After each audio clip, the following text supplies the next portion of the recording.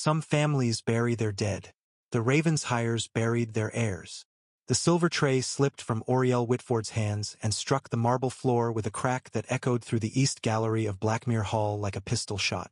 Porcelain shattered. Tea spread across the black and white tiles in thin streams that reflected the chandelier light above. Every servant in the corridor froze. No one moved. No one breathed. Because at the far end of the gallery, standing beside the towering windows that overlooked the winter gardens, the Duke of Blackmere had stopped walking. Lucien Ravensshire did not stop for accidents. He did not stop for servants. He barely stopped for people of his own rank. Yet there he stood in complete stillness, one gloved hand resting lightly against the silver wolf-head cane he carried during cold weather. His gray eyes fixed not on the broken porcelain at Oriel's feet but on the inside of her wrist. The sleeve of her faded servant uniform had fallen back several inches when the tray slipped. A pale birthmark curved against her skin like the outline of a crescent moon. The Duke stared at it without blinking. The corridor became unnaturally quiet. Even the grandfather clock near the stairwell seemed to soften its ticking. Oriel lowered her arm immediately. "I'm sorry, Your Grace." Her voice came out softer than she intended. Lucien Ravensshire did not answer. For one strange second, his expression changed. Not anger, not irritation. Something colder. Something dangerously close to recognition. Then the moment disappeared. His face became unreadable again. "Leave us," he said quietly. The footmen exchanged nervous glances before retreating at once. The other maids hurried away with lowered heads, their shoes whispering against the marble floors until only Oriel and the Duke remained beneath the long row of crystal chandeliers. She kept her eyes lowered. Servants who looked directly at the Duke rarely kept their positions for long. Blackmere Hall operated on rules older than London itself. Silence, efficiency, invisibility. Oriel had survived 2 years in the estate by mastering all three. Lucien stepped closer. The polished heel of his boot stopped inches from the broken porcelain. "What is your name?" he asked. Oriel hesitated. The question unsettled her more than his tone. The Duke did not ask servants for their names. "Oriel Whitford, Your Grace." He repeated it once beneath his breath, as if testing whether the sound belonged to her. "How long have you worked here?" 2 years, sir." His gaze remained on her wrist. "Who hired you?" "Mrs. Hollowmere, Your Grace." Another silence followed. Heavy. Measuring. Oriel could hear the distant howl of wind against the manor windows. Outside, snow had begun to fall over the northern cliffs surrounding Blackmere Hall. Winter always arrived early in Northumberland. Lucien finally lifted his eyes to her face. She wished he had not. The Duke's stare carried the strange weight of someone searching through memory rather than simply looking at another person. "You were born where?" he asked. "A village called Dunmere, sir. About 30 miles south of here." "Your parents?" "Dead." The answer came automatically. It always did. Her mother had died 5 winters ago. The man she believed was her father had passed long before that from a fever that swept through the fishing villages along the coast. Lucien's jaw tightened almost imperceptibly. "Who told you that?" Oriel blinked once. "Sir, who told you they were your parents?" Her breath caught. No one had ever asked her that question before. Not once in 22 years. "My mother raised me," she answered carefully. "That is not what I asked." The air between them shifted. Something invisible and sharp settled into the corridor. Oriel felt it immediately. The Duke knew something. She did not know how or why, but suddenly the floor beneath her felt less stable than it had moments ago. Lucien looked at her for another long second before stepping back. Whatever he had almost said vanished behind the cold discipline of his expression. "Clean this mess," he said. "Then report to the East Wing at 8 tomorrow morning." Oriel stared before she could stop herself. "The East Wing, Your Grace? Do you have difficulty hearing?" "No, sir." No servant entered the East Wing unless ordered directly. Most of the rooms there remained locked year-round. The older maids whispered about them constantly during late kitchen hours. Empty nurseries, covered portraits, fires that had nearly destroyed half the manor 18 years ago. Some said the Ravenshires kept ghosts there. Others claimed the Duke himself avoided that side of the estate after dark. Lucien turned away without another word. His long coat swept lightly behind him as he disappeared down the corridor. Auriel remained frozen beside the shattered porcelain until the sound of his footsteps vanished entirely. Only then did she kneel to gather the broken pieces with trembling hands. By dinner hour, the entire servants' wing knew what had happened. Blackmere Hall breathed gossip through its walls faster than wind through cracked windows. Auriel felt the stares immediately when she entered the downstairs kitchen carrying fresh linens. Conversations stopped. A pair of young maids near the ovens lowered their voices. Mrs. Hollowmere, the head housekeeper, looked up sharply from the account ledger she reviewed every evening beside the pantry door. Her narrow face hardened the moment she saw Auriel. "You," she said.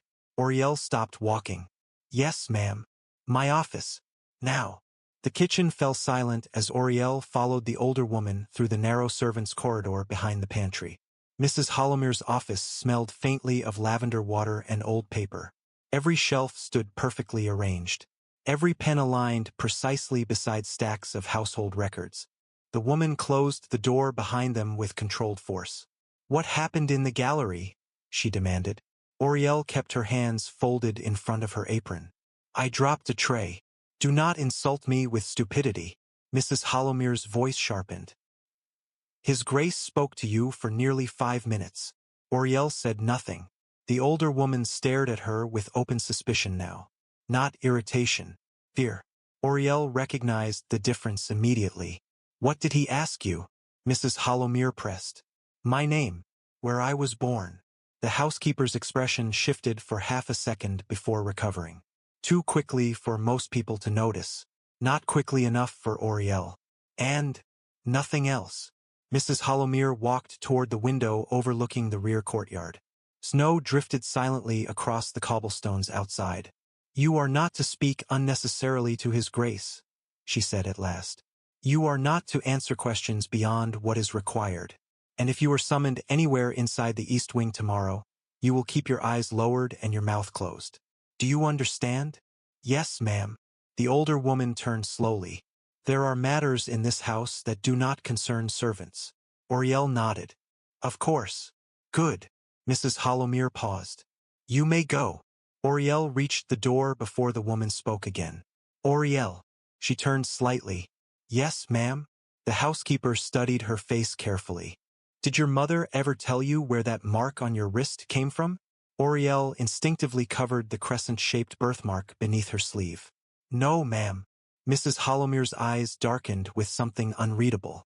"I see." Auriel left without another word. But unease followed her through every corridor afterward.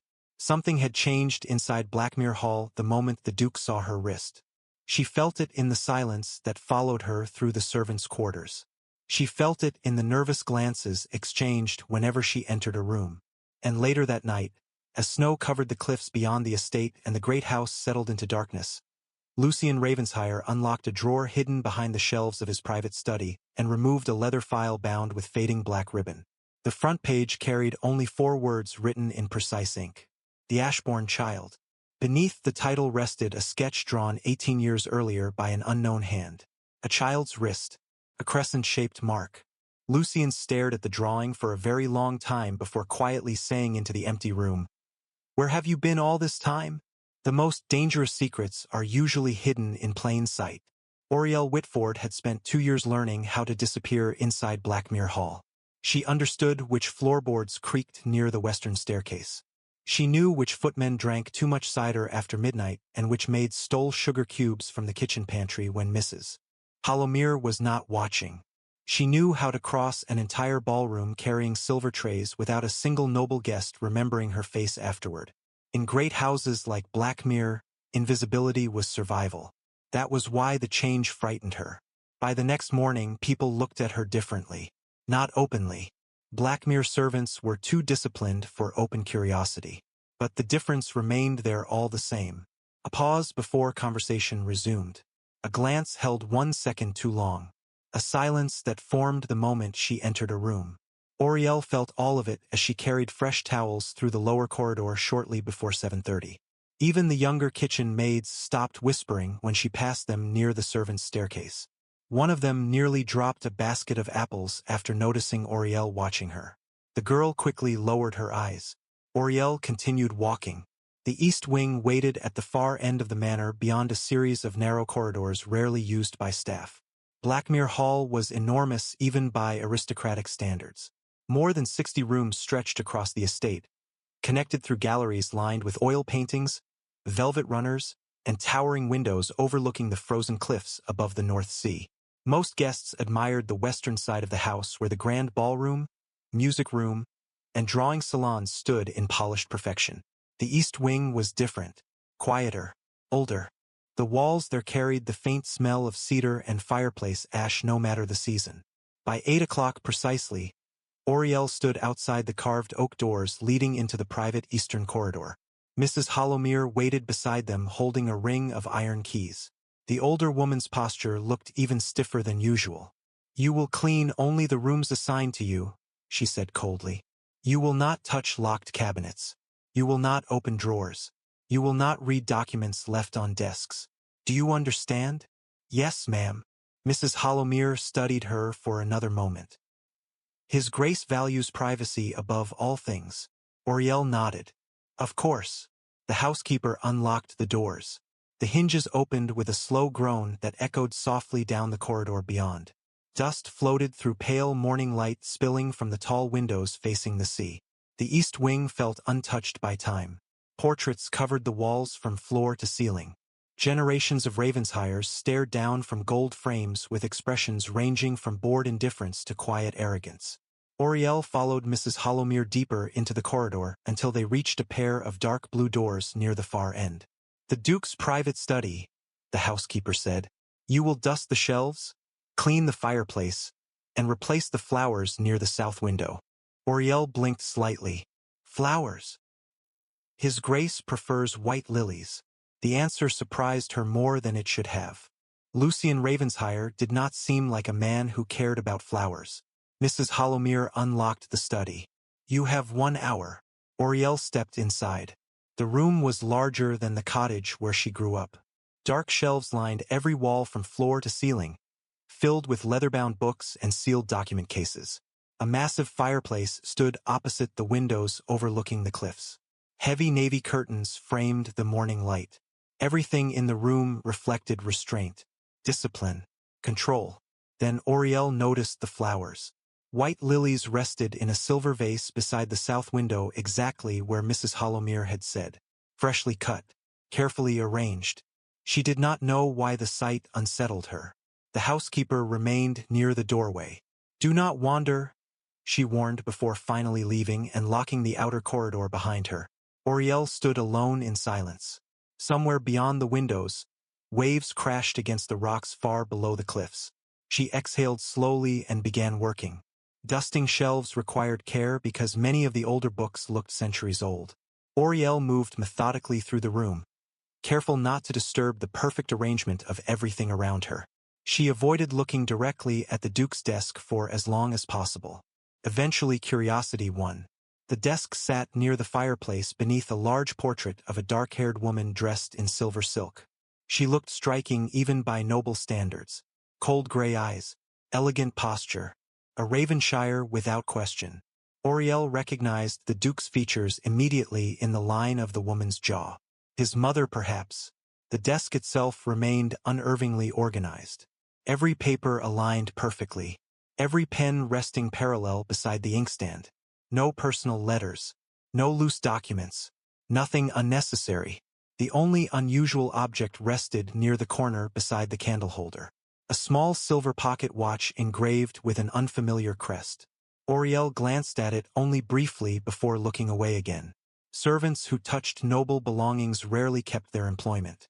She crossed toward the south window carrying fresh flowers from the hallway basket Mrs. Hollowmere had prepared earlier. Snow drifted softly beyond the glass. The cliffs below Blackmere disappeared beneath pale morning fog. The sea looked almost white beneath the winter sky. Oriel carefully removed the old lilies from the vase. One stem slipped from her fingers and rolled beneath the desk. She sighed quietly before kneeling to retrieve it. Her hand brushed against something hidden under the desk panel. Paper. Oriel froze. A single folded page rested partly concealed near the inner wooden frame as though it had fallen there accidentally. She should have ignored it. Every instinct told her to stand up immediately. Instead, she pulled the paper free. The page contained a charcoal sketch. A child. A little girl no older than 5 sitting beside a window with long pale hair falling over one shoulder. Oriel's breath caught.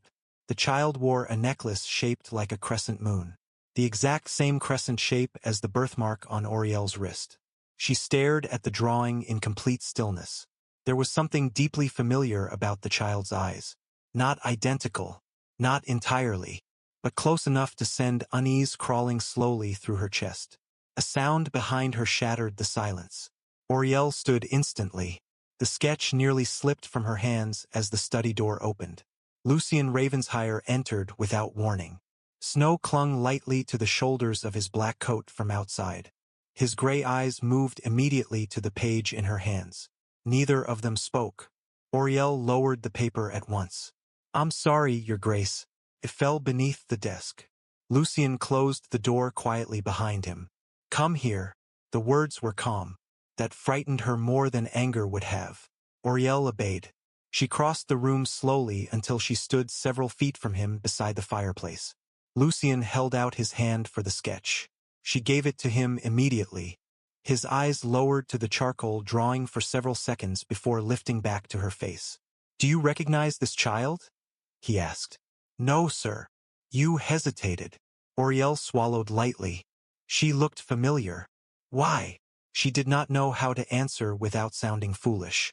"The necklace," she said quietly. "It resembles my birthmark." Lucien became very still again. The same dangerous stillness from yesterday's corridor. His gaze lowered briefly toward the hidden crescent beneath her sleeve before returning to her eyes. "What exactly did your mother tell you about that mark?" he asked. "Nothing, sir. She only said I was born with it." "And your father?" "He died when I was young." "Did you ever see your birth records?" No. Lucien looked away toward the window overlooking the cliffs. For the first time since she met him, Oriel noticed exhaustion beneath the control in his expression. Not physical exhaustion. Something older. He remained silent long enough for the fireplace logs to crack softly behind them. Finally he spoke without turning around. "Some truths destroy lives once they are uncovered." Oriel frowned slightly. "Sir." Lucien faced her again. His expression had already hardened back into noble restraint. "You will continue working in the East Wing from now on." Surprise crossed her face before she could hide it. "Your Grace." "Beginning today." Mrs. Hollowmere said those duties belonged to senior staff. "Mrs. Hollowmere answers to me." His tone ended the matter immediately. Oriel lowered her eyes. "Yes, sir." Lucien studied her one final moment before walking toward the door. His hand rested briefly against the handle. "Oriel." "Yes, Your Grace." "Do not trust anyone in this house too easily."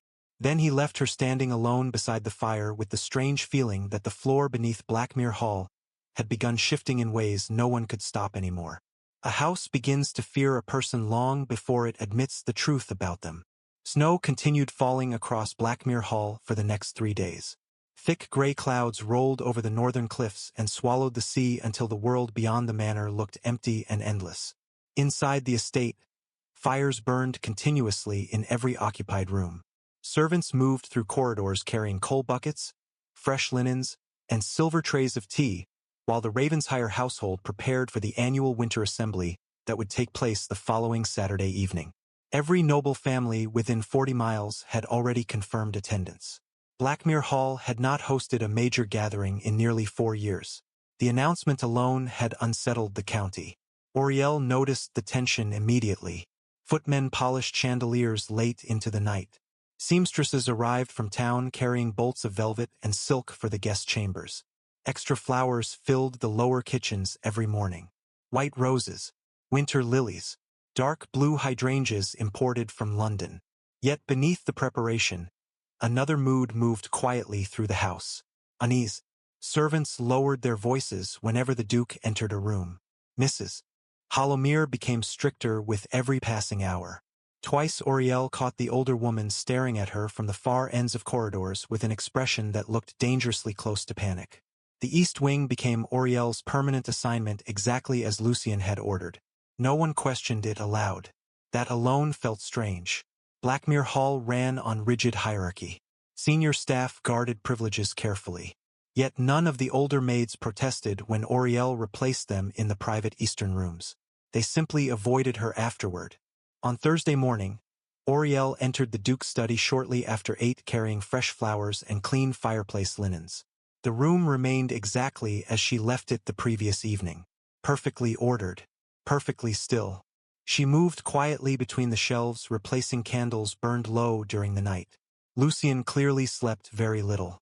Several books lay open near the desk alongside estate ledgers and parliamentary documents covered in neat black handwriting. Oriel avoided reading any of it directly. Still, she noticed patterns. Dates circled repeatedly. Family names underlined. One name appeared more often than the others. Ashbourne. The same name she had seen inside the leather file days earlier. She was replacing the lilies near the south window when the study door opened unexpectedly behind her. Oriel turned at once. A woman entered carrying herself with the effortless confidence of someone accustomed to noble houses.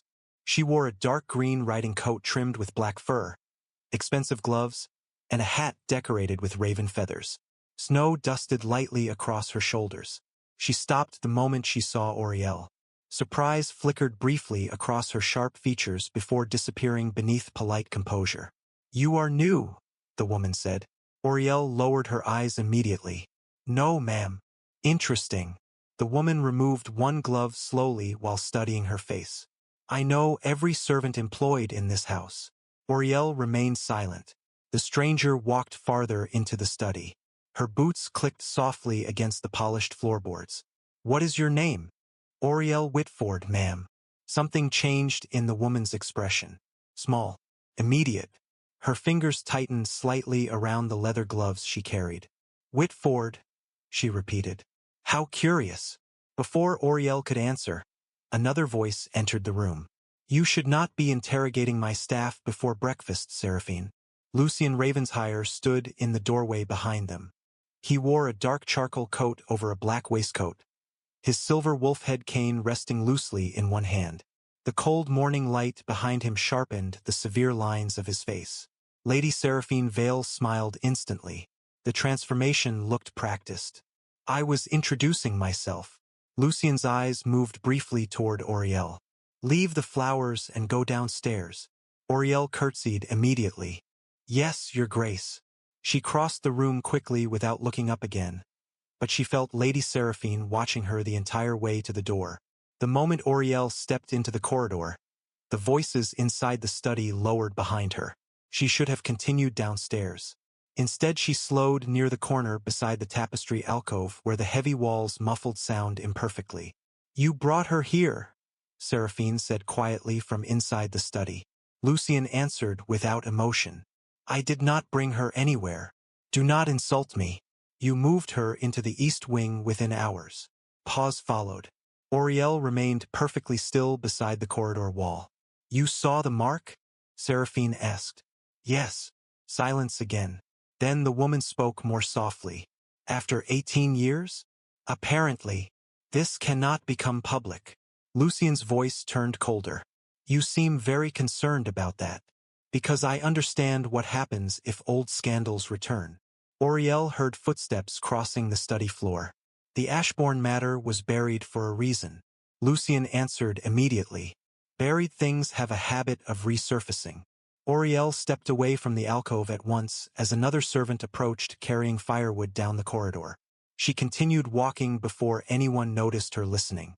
Her pulse felt unsteady all through the morning afterward. Ashbourne again. The same name, the same fear, and now Lady Seraphine knew it too. By late afternoon, the snowfall finally stopped. Pale sunlight touched the frozen cliffs beyond Blackmere Hall for the first time in days. Oriel carried fresh towels toward the upper guest chambers shortly before dinner when she noticed movement through one of the western windows overlooking the front courtyard. Riders approached the estate. At least 6 carriages rolled through the iron gates bearing noble crests painted in gold and silver along their doors. Guests had begun arriving early for the winter assembly.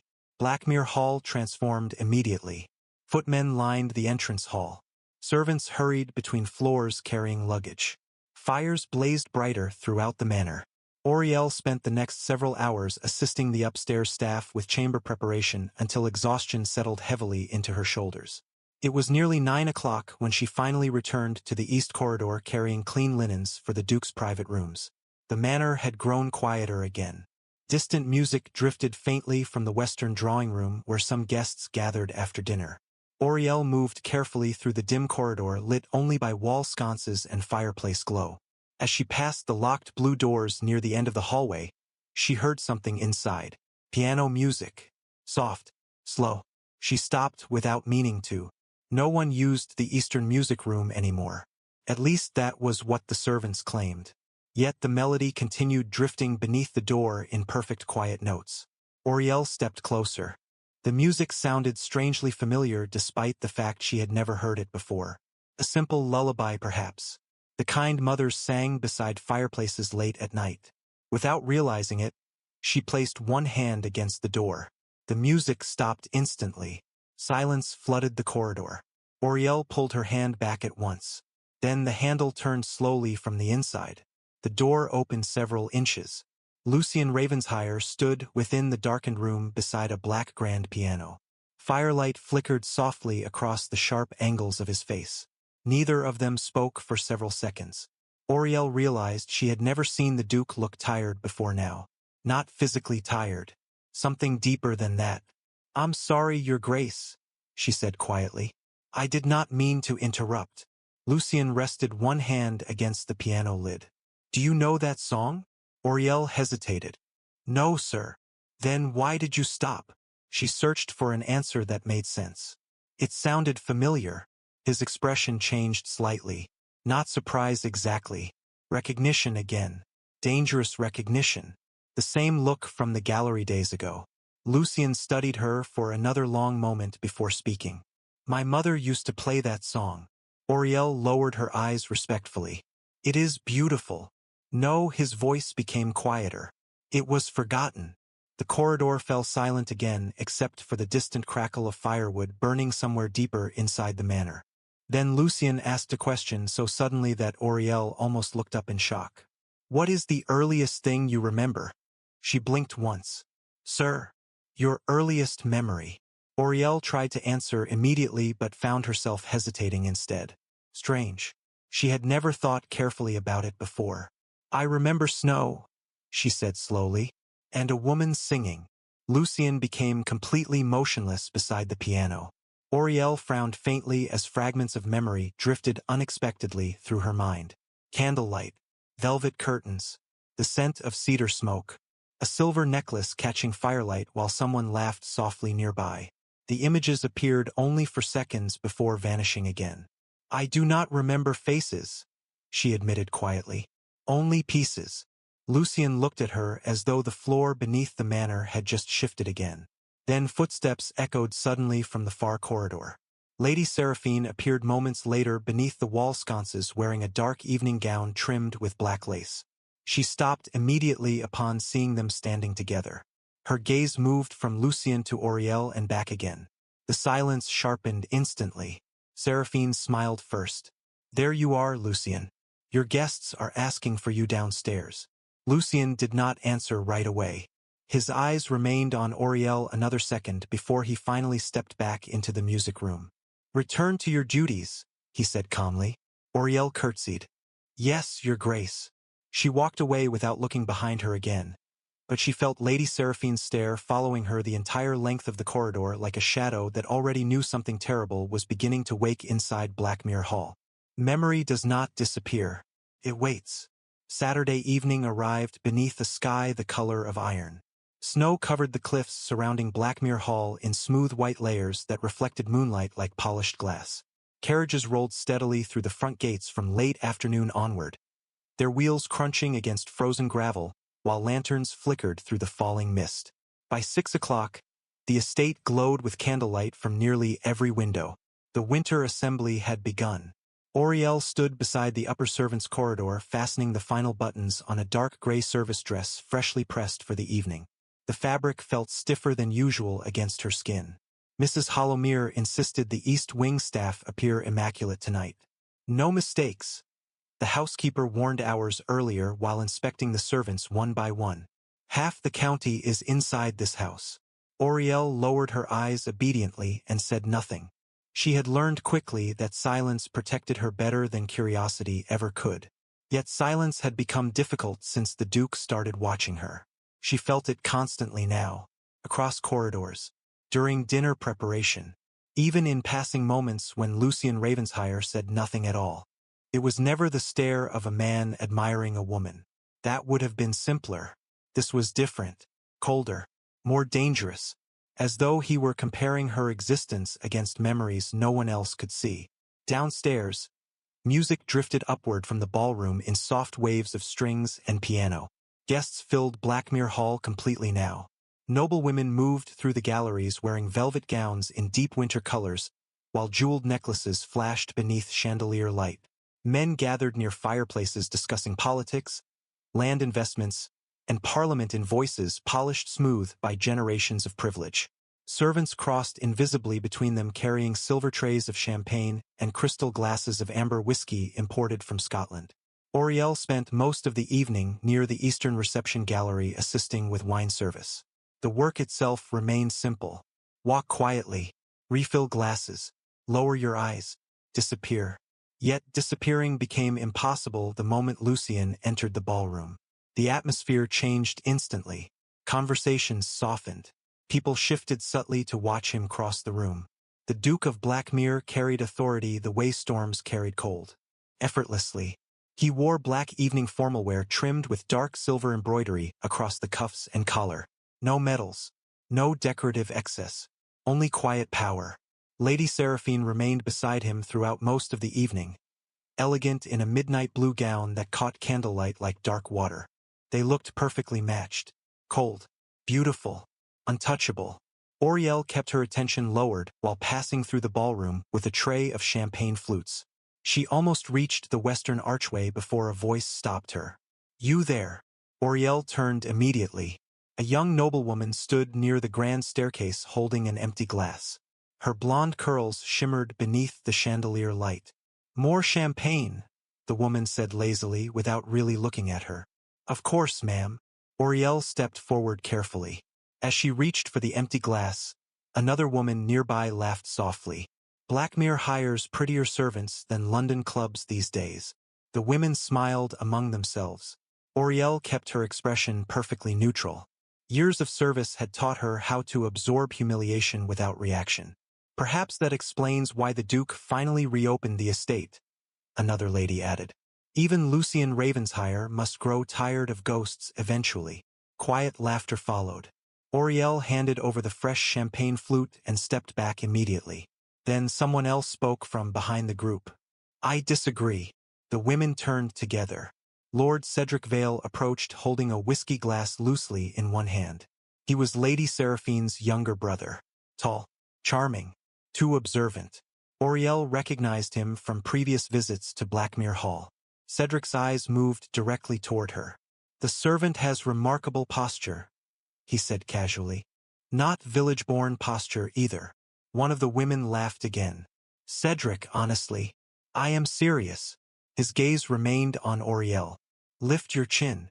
Auriel froze. The request sounded harmless. It was not. Servants did not raise their heads before nobility unless ordered directly by household authority. The surrounding women watched with growing amusement. "Do it," Cedric repeated lightly. Slowly, Auriel obeyed. Candlelight touched her face fully for the first time. Silence followed. Small. Immediate. One of the noblewomen blinked. Another lowered her glass slightly. Cedric studied her with narrowed eyes. "Interesting," he murmured. Auriel looked down again at once. "May I return to my duties, sir?" Cedric did not answer immediately. "What is your name?" "Auriel Whitford." Something shifted in his expression. Briefly, "Whitford." Before Auriel could respond, another voice cut smoothly across the ballroom. "Lord Cedric." The atmosphere tightened instantly. Lucien Ravensheyer stood several feet away beside the staircase, one hand resting behind his back. His expression revealed nothing. That somehow made him more intimidating. Cedric smiled faintly. Lucien, you appear to be interrogating my staff again. The surrounding women lowered their eyes almost immediately. Even Cedric's posture changed subtly beneath the Duke's attention. Only making conversation. Lucien's gaze moved once toward Auriel. Calm. Controlled. Return to the East Gallery, he said. Auriel curtsied immediately. Yes, Your Grace. She turned away at once, but not before noticing the way Cedric continued watching her as she disappeared through the ballroom crowd. The East Gallery stood quieter than the main ballroom. Large windows overlooked the moonlit cliffs while smaller groups of nobles gathered beside fireplaces discussing politics and marriage alliances. Auriel resumed serving wine there until nearly 10:30 when Mrs. Hollowmere suddenly appeared beside her. The Duke requires fresh documents from his study, the housekeeper said sharply.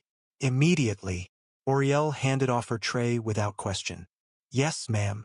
She crossed the eastern corridors quickly, grateful for the silence away from the ballroom noise. The manor felt different at night. Darker. Older. Candlelight flickered softly against portraits lining the walls while distant music drifted through the house like something half-remembered. Auriel reached Lucien's study moments later and unlocked the door with the east wing key Mrs. Hollowmere had entrusted to her earlier that week. The room remained dim except for firelight burning low near the hearth. She crossed toward the desk searching for the requested papers. Several sealed folders rested neatly near the inkstand exactly where Lucien usually kept estate correspondence. Auriel gathered them carefully. One document slipped free unexpectedly as she lifted the stack. The page landed open across the desk. Auriel looked down instinctively. Her breath stopped. It was a birth record. The paper appeared old and fragile around the edges. Several names had faded with time. Yet one line remained painfully clear beneath the candlelight. Female child born December 14, 1804. House Ashbourne.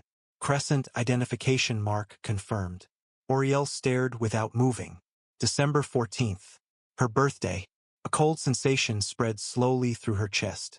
She reached toward the page before stopping herself abruptly. No, this was impossible. The study door opened behind her. Auriel turned immediately. Lucien stood there alone now, shadows moving across his face from the firelight. His eyes lowered once toward the document in her hands. Neither of them spoke. Auriel placed the page down carefully. I did not mean to read it, Your Grace. Lucien closed the door behind him. But you did. The paper fell. He stepped farther into the room. And what did you see? Auriel struggled briefly for composure. A birth record. Lucien remained silent. The fire crackled softly behind them. The date matched mine, she admitted quietly. Yes. Her fingers tightened around the documents she still carried. What is House Ashbourne? Lucien looked at her for a very long moment before answering. A family that no longer officially exists. Officially. They disappeared 18 years ago after a fire destroyed most of their northern estate. Auriel's heartbeat felt strangely uneven now. And the child? Lucien's eyes moved toward the birth record still resting on the desk. The child disappeared the same night. Silence filled the room again. Heavy. Unavoidable. Auriel forced herself to breathe steadily. Why are you showing me this? Lucien answered without hesitation. Because I believe the child survived. Auriel stared at him. The firelight flickered softly across his expression, revealing something she had never seen there before. Not certainty. Fear. Real fear hidden beneath all the Duke's control. Then voices echoed suddenly from the corridor outside.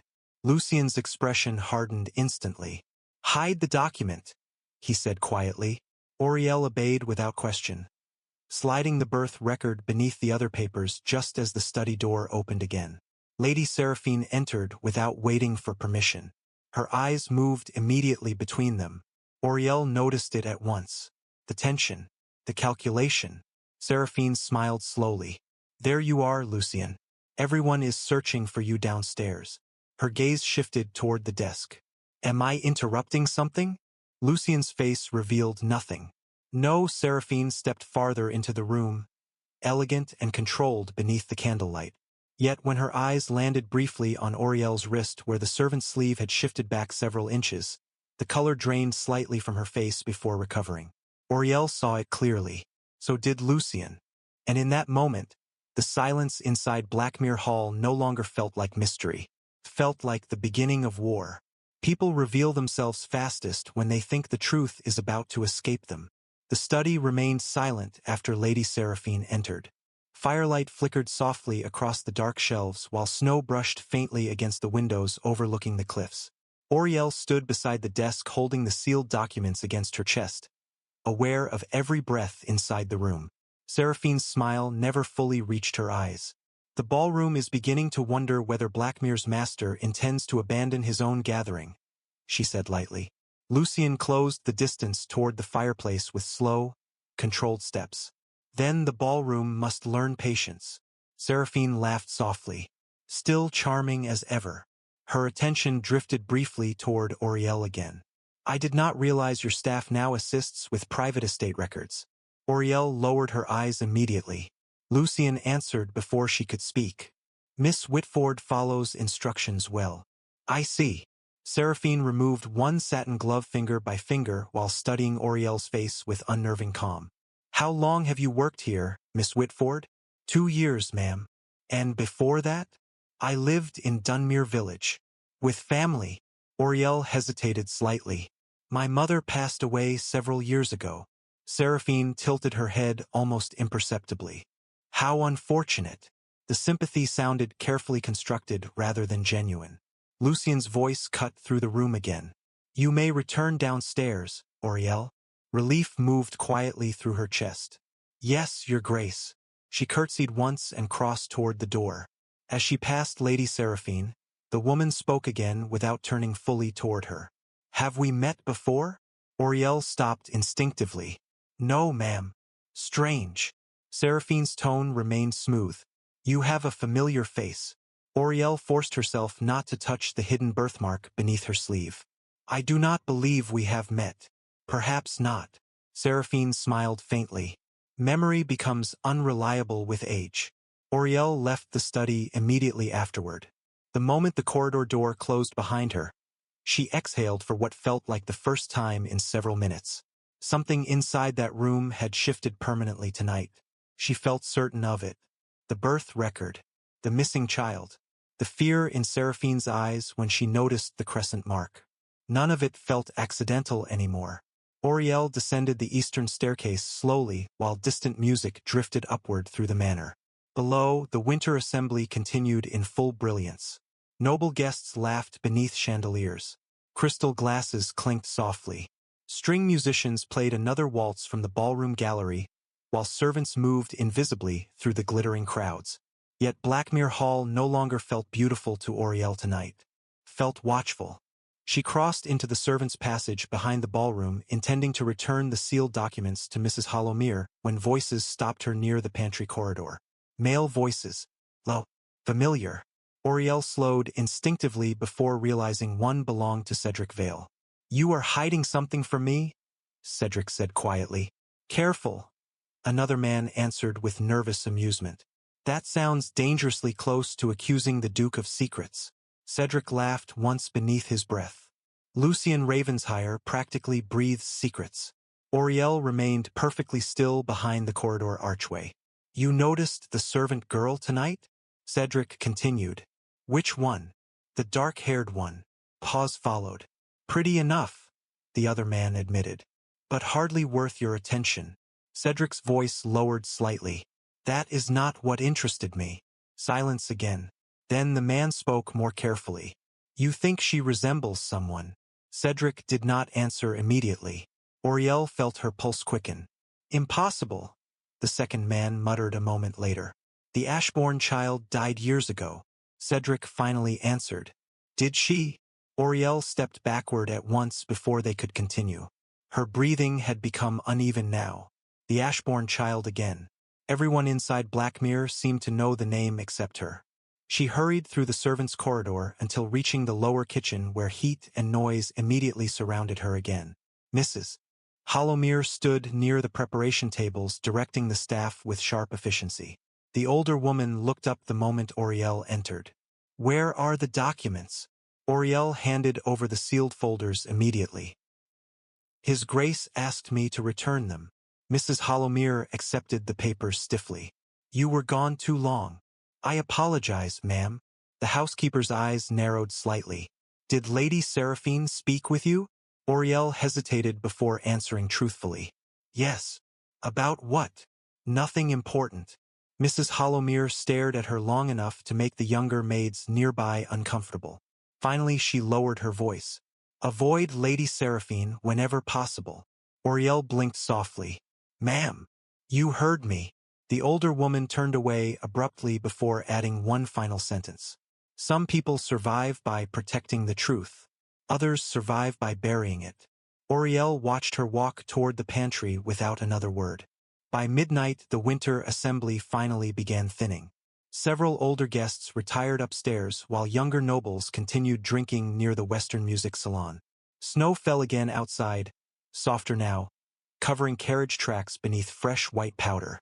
Auriel spent the next hour extinguishing candles throughout the East Gallery alongside two other maids. The manor gradually quieted around them. One by one, fireplaces dimmed. Doors closed. Music faded into distant silence. It was nearly 1 o'clock when Auriel finally carried the last silver tray toward the lower kitchens alone. The servants' corridors had emptied almost completely by then. Her footsteps echoed softly against the stone floors as she crossed beneath the eastern stairwell. Then she noticed the door, slightly open. The small blue door beneath the servants' staircase was almost never unlocked. Auriel had passed it countless times without thought. Tonight warm candlelight spilled faintly through the narrow opening. She slowed instinctively. Curiosity pulled at her despite herself. The room beyond appeared tiny, more like a storage chamber than an actual office. Auriel glanced down the empty corridor once before stepping closer. Old papers covered a small desk inside. Boxes stacked against the walls beneath layers of dust. The air smelled faintly of cedar and age. Then Auriel saw the portrait leaning against the far shelf. Her breath stopped. It was the same child from the charcoal sketch in Lucien's study. Only this painting was larger and fully colored. The little girl wore pale blue velvet trimmed with silver stitching. A crescent-shaped pendant rested against her throat. Her eyes looked directly toward the painter with strange calm confidence. Auriel moved closer without realizing it. Beneath the portrait rested a brass plaque covered partly by dust. She brushed it clean carefully with trembling fingers.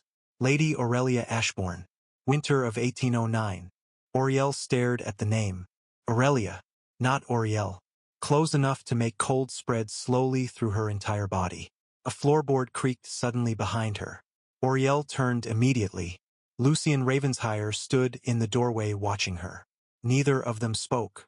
Firelight from the corridor moved softly across his face, revealing an expression emptier than anger and heavier than surprise. His eyes shifted from the portrait to her face with devastating certainty. Auriel's voice came quietly. "Who is she?" Lucien closed the distance between them slowly until he stood beside the old portrait. "A child this house failed to protect." Auriel looked back toward the painting again. The resemblance frightened her now. Not because it existed, because she could no longer pretend not to see it. "Why does she look like me?" she whispered. Lucien answered without hesitation. "Because I do not think she only looks like you." Silence filled the tiny room. Auriel felt the world tilt slightly beneath her feet. "No," she said automatically. "That is impossible." "I thought so too." His voice remained painfully calm. "Until you walked into Blackmere Hall carrying the exact mark recorded in Ashbourne family records 18 years ago. Auriel shook her head once. "My mother would have told me." Lucien looked at her carefully. "Would she?" The question landed harder than accusation. Auriel opened her mouth to answer but stopped. Fragments of memory flickered again behind her eyes. Candlelight, music, velvet curtains moving near tall windows. A woman's voice singing softly while snow touched the glass outside. Not Dunmere Village. Not the fishing cottage where she grew up. Something older, richer, forgotten. Auriel stepped backward instinctively. I do not understand any of this. Lucien's gaze softened for the first time since she met him. Barely. Neither did I at first. She looked toward him sharply. You knew about me before now. A long silence followed. Then he answered truthfully. I knew about a missing child. Auriel's breathing became shallow. And if I am her? Lucien's expression darkened almost imperceptibly. Then everyone inside this house is in far greater danger than they realize. The truth rarely arrives all at once. It leaks through cracks. Auriel did not sleep that night. Long after the winter assembly ended and the final carriage disappeared beyond the snow-covered gates of Blackmere Hall, she remained awake inside the narrow servant chamber overlooking the eastern cliffs.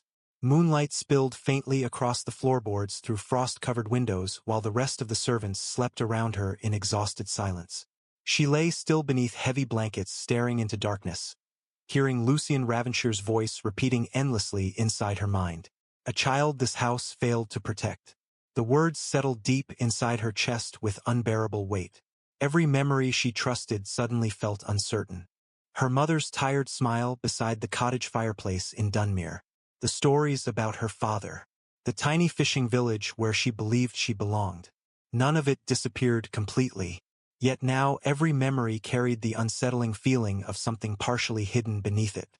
Near dawn, Auriel finally rose from bed and crossed quietly toward the washstand before the other maids awakened.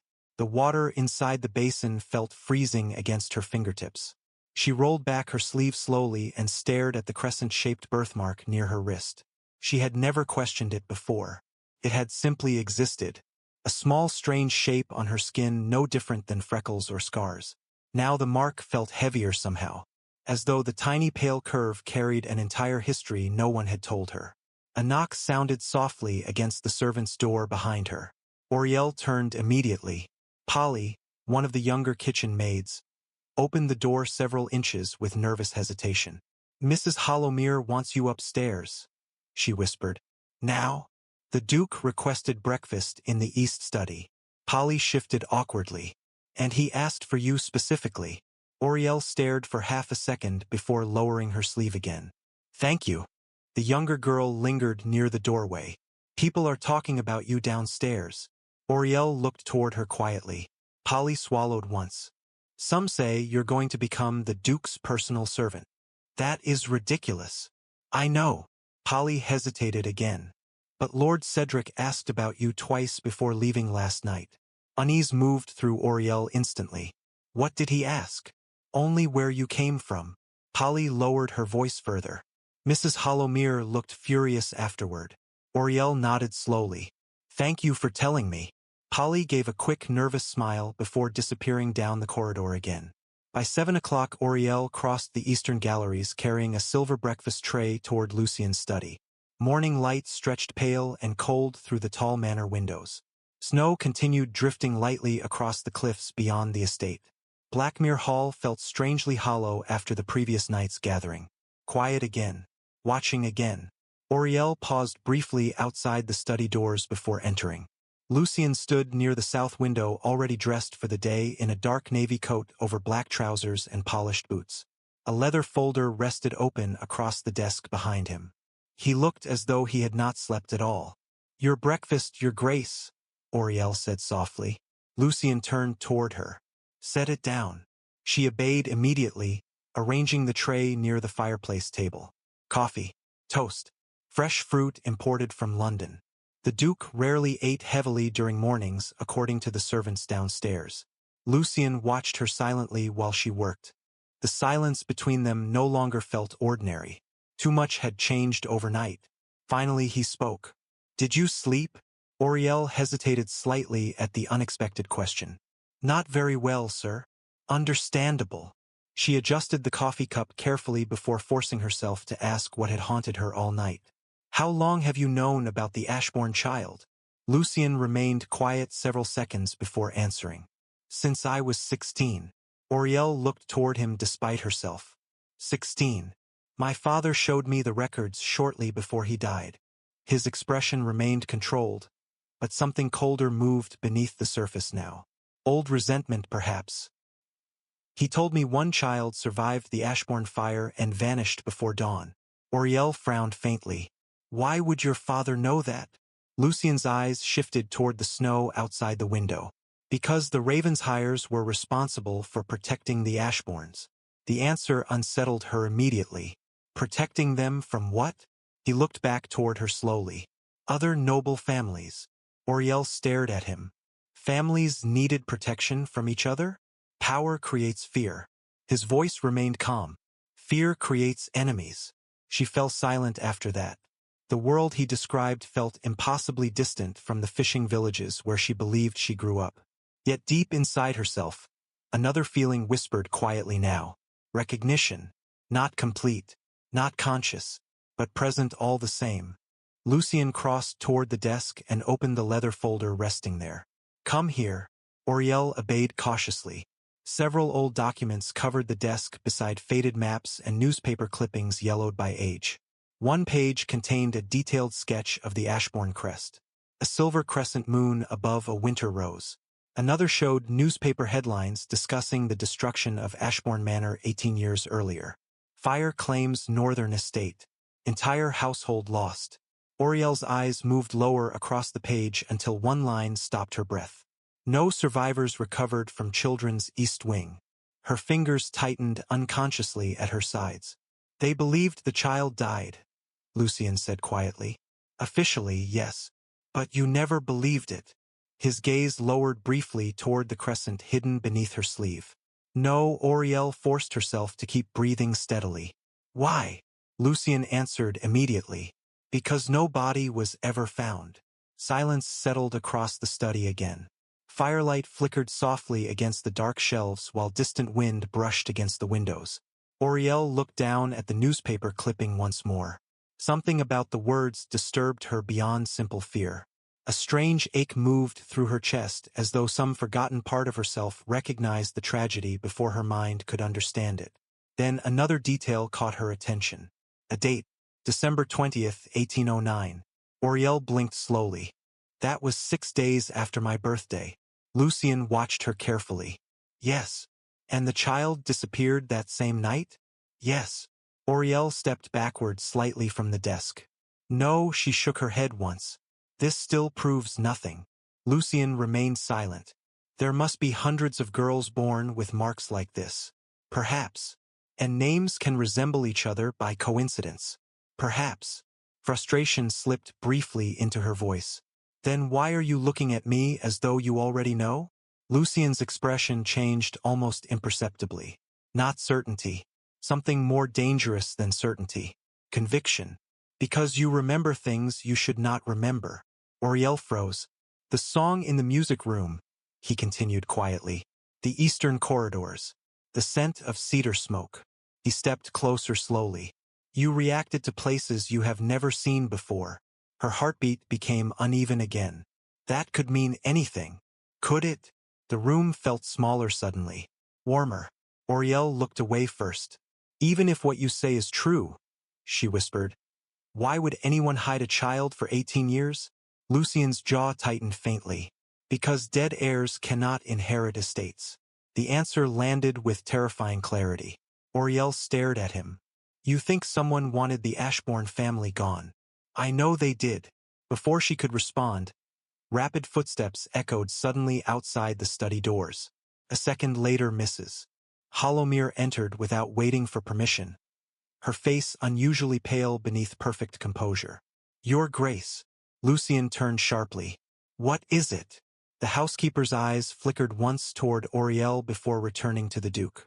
A messenger arrived from London 20 minutes ago. She swallowed carefully. Lord Cedric Vale requested immediate access to the Ashbourne archives. The silence that followed felt dangerous enough to shatter. Lucien's expression hardened instantly into something colder than anger. On whose authority? Lady Seraphine's. Auriel felt the air leave her lungs.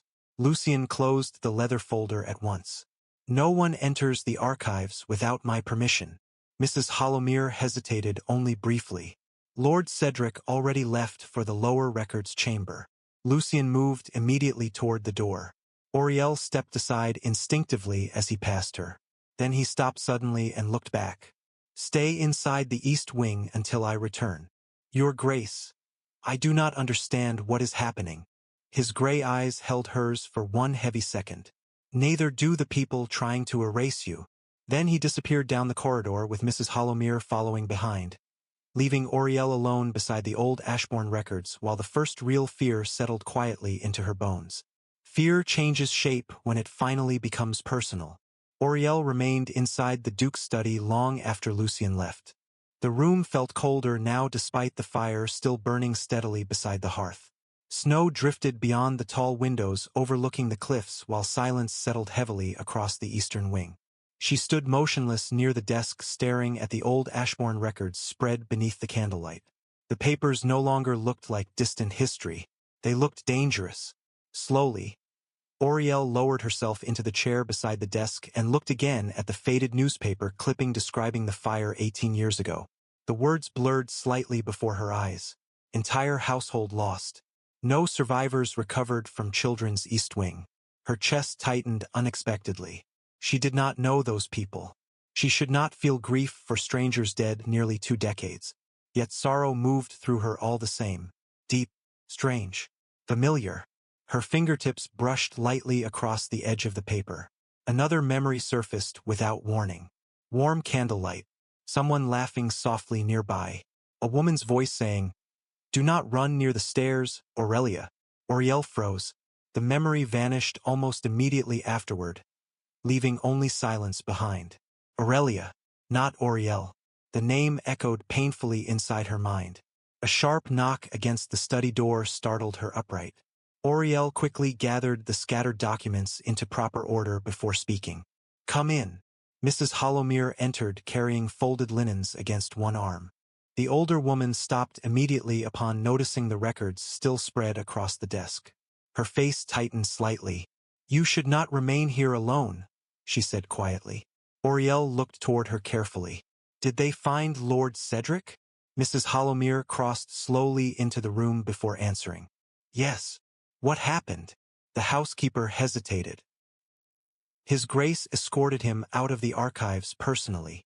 Oriel noticed the tension beneath the older woman's controlled voice. "Were they arguing?" "The Duke does not argue." Mrs. Hollowmere began replacing fresh towels near the fireplace with mechanical precision. "He informs people when they have crossed boundaries." Oriel lowered her eyes briefly toward the Ashbourne records again. "Why is everyone afraid of these documents?" The older woman stopped moving. Silence stretched between them several seconds. Finally she spoke without turning around. "Because old names still carry power. Even after 18 years? Mrs. Hollowmere looked toward her at last. "Especially after 18 years. Oriel searched the woman's expression carefully. "You already knew about me, did you not?" A faint shadow crossed the housekeeper's face. "No, but you suspected." Another silence followed. Mrs. Hollowmere folded the towel in her hands once before setting it aside. "When you first arrived at Blackmere Hall 2 years ago, I noticed the mark immediately." Oriel's pulse quickened. "Why did you never say anything?" "Because silence keeps people alive." The answer came too quickly to be casual. Oriel stood slowly from the desk chair. "Alive from whom?" Mrs. Hollowmere's eyes shifted toward the closed study doors instinctively before returning to her face. Some truths attract dangerous attention. "Lord Cedric." "Not only him." Oriel frowned softly. "Then who?" The older woman stepped closer now, lowering her voice almost to a whisper. "There are families in England who would destroy entire bloodlines to protect inheritance." Oriel stared at her. "That cannot be true." Mrs. Hollowmere's expression did not change. "You were raised far from noble houses, Miss Whitford. Be grateful for that." The words unsettled her more than any threat could have. "My mother never mentioned any of this." "Your mother was wiser than most aristocrats I have known." Oriel's breath caught slightly. "You knew her?" Another pause. "Too long." Mrs. Hollowmere looked away first. "Only briefly." Oriel stepped closer instinctively. "Then tell me the truth." The older woman's composure tightened immediately. "I cannot." "Why?" "Because promises were made." "To whom?" Before Mrs. Hollowmere could answer, rapid footsteps echoed outside the study again. Both women turned sharply toward the door just as it opened. Lucien entered first. Snow dusted lightly across the shoulders of his dark coat. His expression looked colder than before. Behind him stood Cedric Vale. The atmosphere inside the room changed instantly. Cedric's charming smile remained in place, but tension sharpened beneath it now like a blade hidden beneath silk. "There she is," he said lightly. Auriel stiffened unconsciously. Lucien closed the study doors behind them with controlled force. Lord Cedric insisted upon apologizing personally. Cedric spread one hand casually. "Apparently searching private archives without permission offends Blackmere hospitality." His eyes moved toward Auriel again. "Though, in my defense, curiosity can become difficult to resist." Auriel lowered her gaze immediately. "I do not understand what this has to do with me, sir." Cedric laughed softly. "Do you not?" Lucien stepped between them before the younger man could continue. "Enough." Cedric's expression cooled slightly. "You are becoming remarkably protective over a servant, Lucien." Silence settled heavily across the room. Auriel felt it immediately. The danger beneath Cedric's smile. The warning beneath Lucien's stillness. Cedric looked toward the Ashbourne papers resting on the desk. "Interesting reading material." Lucien's voice lowered. "Leave." Cedric did not move. "You know what happens if society hears whispers about surviving heirs." "I said leave." Cedric studied him another moment before finally sighing. "Very well." He adjusted his gloves slowly before turning toward the door. Then he paused beside Auriel. "One piece of advice, Miss Whitford." She remained perfectly still. Cedric's voice softened slightly. "Do not trust noble families too easily. They survive by rewriting history." He left immediately afterward. The study doors closed behind him with quiet finality. Lucien remained motionless near the fireplace several seconds after Cedric disappeared. Mrs. Hollowmere quietly excused herself soon afterward, leaving Auriel alone with the Duke once more. The silence between them felt different now. Less uncertain. More dangerous. Auriel finally spoke first.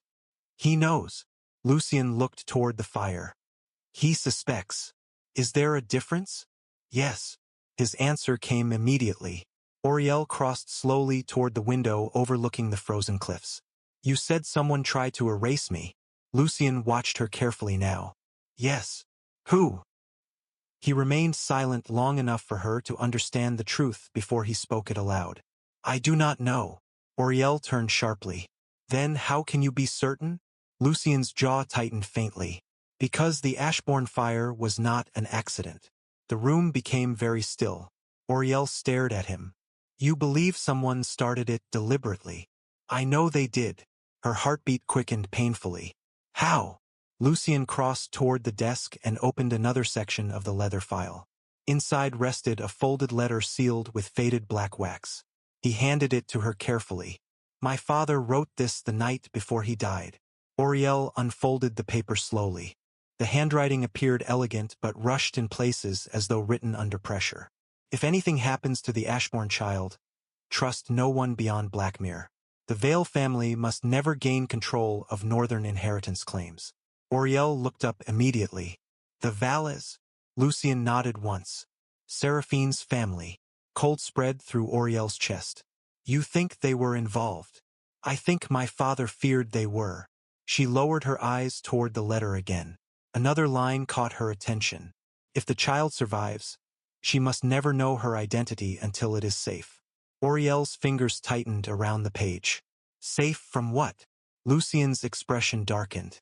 "From becoming the rightful heir to one of the largest estates in northern England." Silence followed. Heavy. Immovable. Auriel looked toward the snow beyond the windows because the room suddenly felt too small to breathe inside. Everything she believed about herself had begun collapsing piece by piece since entering Blackmere Hall. Yet somehow the most frightening part was not the possibility she belonged to another family. It was the realization that someone powerful might have spent 18 years making certain she never discovered it. Her voice came very quietly. "If I really am this missing child?" Lucien watched her closely. "Yes." Auriel swallowed once. "Then why did my mother hide me in a fishing village?" Lucien answered without hesitation. "Because she wanted you alive." The words settled into silence between them. Then another memory struck Oriel suddenly. Stronger this time. A woman kneeling before her beside a carriage at night while snow fell heavily around them. Cold hands cupping her face. A whispered sentence. You must never tell anyone your real name. Oriel staggered slightly backward. Lucien moved instantly. His hand closed carefully around her arm before she lost balance completely. Oriel. She stared at him in shock. I remember her. Lucien's expression sharpened immediately. Who? Her breathing became uneven. A woman in the snow. Fragments continued flashing through her mind now. Velvet seats inside a carriage. Smoke rising somewhere far away. Someone crying. She told me not to say my real name. Lucien's hand tightened slightly around her arm. What name? Oriel looked directly into his eyes for the first time since entering Blackmere Hall. Her voice barely rose above a whisper. Aurelia. Sometimes a single remembered word can destroy an entire lie. Lucien Ravensheyer did not release Oriel's arm immediately after she whispered the name. Aurelia. The sound settled heavily inside the study between them while snow drifted silently beyond the windows. Firelight moved softly across the Duke's face, revealing something she had never seen there before. Not suspicion. Not calculation. Relief. Small. Controlled. Dangerous in its intensity.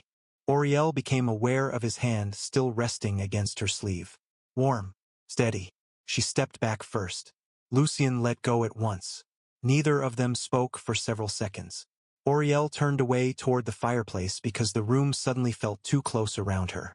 The memories frightened her more now that they existed clearly enough to recognize. Before tonight, uncertainty still allowed denial. Now denial had begun collapsing piece by piece. Aurelia. The name did not feel foreign in her mind anymore. Felt buried. Hidden beneath years of silence and survival until Blackmere Hall forced it back into the light. Lucien closed the leather file slowly before speaking. Did your mother ever call you that name directly? Oriel pressed trembling fingers lightly against the edge of the fireplace mantel. I do not know. Her voice sounded distant even to herself. I remember hearing it only once. During the carriage memory? She nodded faintly. The woman sounded frightened. Lucien's jaw tightened almost imperceptibly. As she should have been. Oriel looked toward him sharply. You truly believe someone tried to kill a child over inheritance? I believe powerful families have destroyed far more for less. Silence followed again. Oriel wished he sounded uncertain. Instead, his calm certainty frightened her more than open fear would have. A knock interrupted the room before she could answer. Mrs. Hollowmere entered carrying a fresh stack of correspondence sealed with wax. The older woman stopped immediately upon noticing the atmosphere inside the study. Her eyes moved once toward Oriel's pale face before returning to the Duke. Your Grace. Lucien accepted the letters without comment. Mrs. Hollowmere hesitated briefly. Lady Seraphine requests your presence in the West drawing room. For what purpose? She says the matter concerns family alliances. Lucien's expression cooled instantly. Of course it does. The housekeeper lingered another second before quietly adding, Lord Cedric has not yet left the estate. Why? She whispered. Why continue searching after so long? Lucien moved toward the window overlooking the frozen cliffs before answering. Because my father died believing he failed her. Oriel watched the rigid line of his shoulders. And you inherited that responsibility. Yes. Even though you had never met the child. His voice lowered slightly. Some responsibilities do not require personal attachment. The answer should have sounded cold. Instead it carried something heavier beneath it. Something she could not fully name. Oriel lowered her gaze again before speaking quietly. You talk about her as though she mattered. Lucien remained silent several seconds. Then he answered without turning around. She did. The simplicity of the statement tightened unexpectedly around Oriel's chest. She did not understand why. Midday arrived beneath a pale gray sky. Blackmere Hall remained quieter than usual after the winter assembly, though servants still moved continuously through the estate cleaning guest chambers and restoring order after the previous evening's gathering. Oriel spent most of the afternoon inside the east wing organizing bookshelves and replacing linens exactly as instructed. Yet concentration became impossible. Everywhere she looked, fragments of memory continued surfacing unexpectedly. A silver music box melody. A staircase lined with winter roses. Small hands holding hers beside candlelight. The memories never remained long enough to fully grasp. They appeared like reflections in broken glass before disappearing again. By late afternoon, Oriel carried fresh towels toward the unused eastern nursery corridor near the top floor. Few servants entered that section of Blackmere Hall anymore. Dust covered most of the furniture beneath white linen sheets while portraits remained turned toward walls as though someone had deliberately hidden the past from sight. Oriel paused outside one closed nursery door without understanding why. Her heartbeat quickened slowly. The corridor smelled faintly of cedar smoke again. Familiar. The feeling unsettled her immediately. She should have continued walking. Instead, her hand lifted toward the brass doorknob almost without permission. The door opened quietly beneath her touch. Sunlight filtered weakly through lace curtains inside the room. Dust floated through pale beams of light above a faded blue carpet scattered with abandoned wooden toys. A child's rocking horse rested near the fireplace beneath layers of white cloth. Oriel stepped slowly inside. The room felt frozen in time, as though someone closed the door years ago and never returned. Her eyes moved toward the far wall. Small pencil markings covered the wood beside the window frame. Height measurements. Dates. A child growing year by year. Oriel crossed closer instinctively. One name repeated beside each mark in elegant handwriting. Aurelia. Her breath became uneven again. The highest mark stopped abruptly at age 5. December 1809. Oriel touched the faded pencil line lightly with trembling fingertips. Another memory struck without warning. Stronger than before. She stood beside this exact window wearing pale blue velvet while snow fell outside the glass. A woman brushed curls away from her face while laughing softly. Stand still, Aurelia. Your father wishes to measure you properly. Oriel staggered backward sharply. The room blurred around her for one terrifying second. She gripped the window frame to steady herself. Miss Whitford. Oriel turned immediately. Lucien stood in the doorway watching her carefully. He looked from her pale expression toward the height markings on the wall. Understanding crossed his face instantly.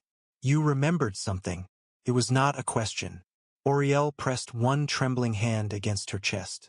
This room. Her voice barely rose above a whisper. I know this room. Lucien entered slowly.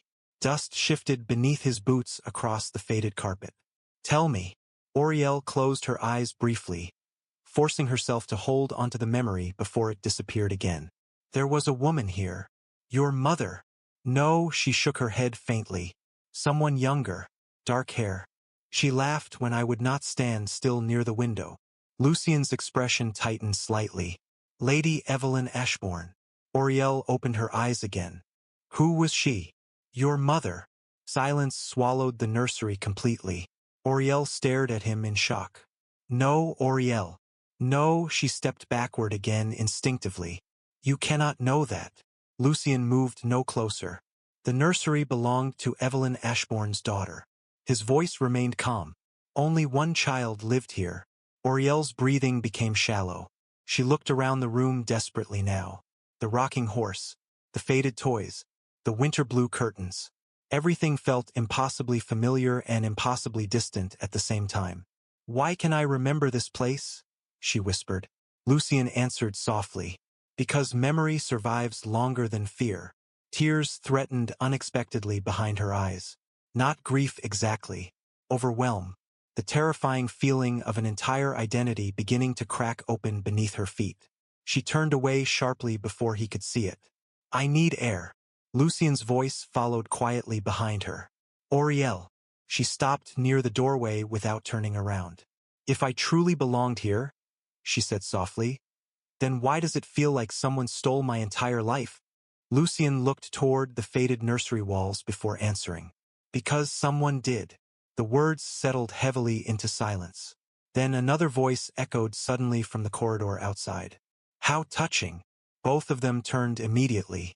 Lady Seraphine stood beyond the doorway wearing a dark burgundy afternoon gown trimmed with black lace gloves. Her expression looked perfectly composed. Only her eyes betrayed the tension beneath it. She looked from Lucien to Auriel slowly before smiling faintly. "You should be careful reopening old rooms," she said quietly. "Some memories are dangerous." Lucien's expression hardened at once. "What are you doing here?" Seraphine ignored the question entirely. Her gaze remained fixed on Auriel now with unsettling calm. "Tell me, Miss Whitford." She stepped one pace closer into the corridor light. "When you remember the fire, do you also remember who carried you away from it?" The nursery became completely still. Auriel felt her pulse stop for one terrible second, because somewhere deep beneath the fragments of memory and forgotten names, another image suddenly began rising slowly toward the surface. A woman wearing black gloves, the scent of roses and smoke, and eyes exactly the same shade as Seraphine Vale's.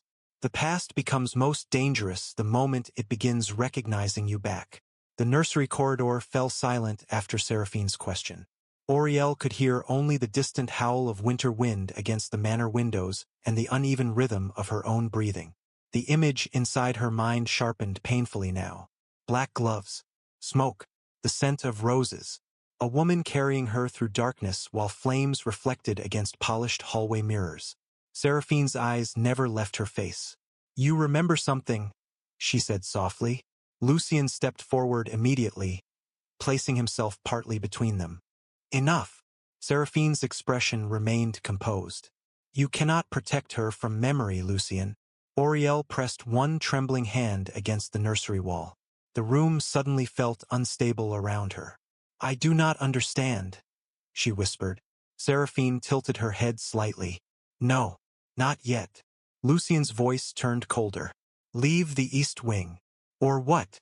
For the first time since meeting the Duke, Auriel saw genuine anger move beneath his restraint.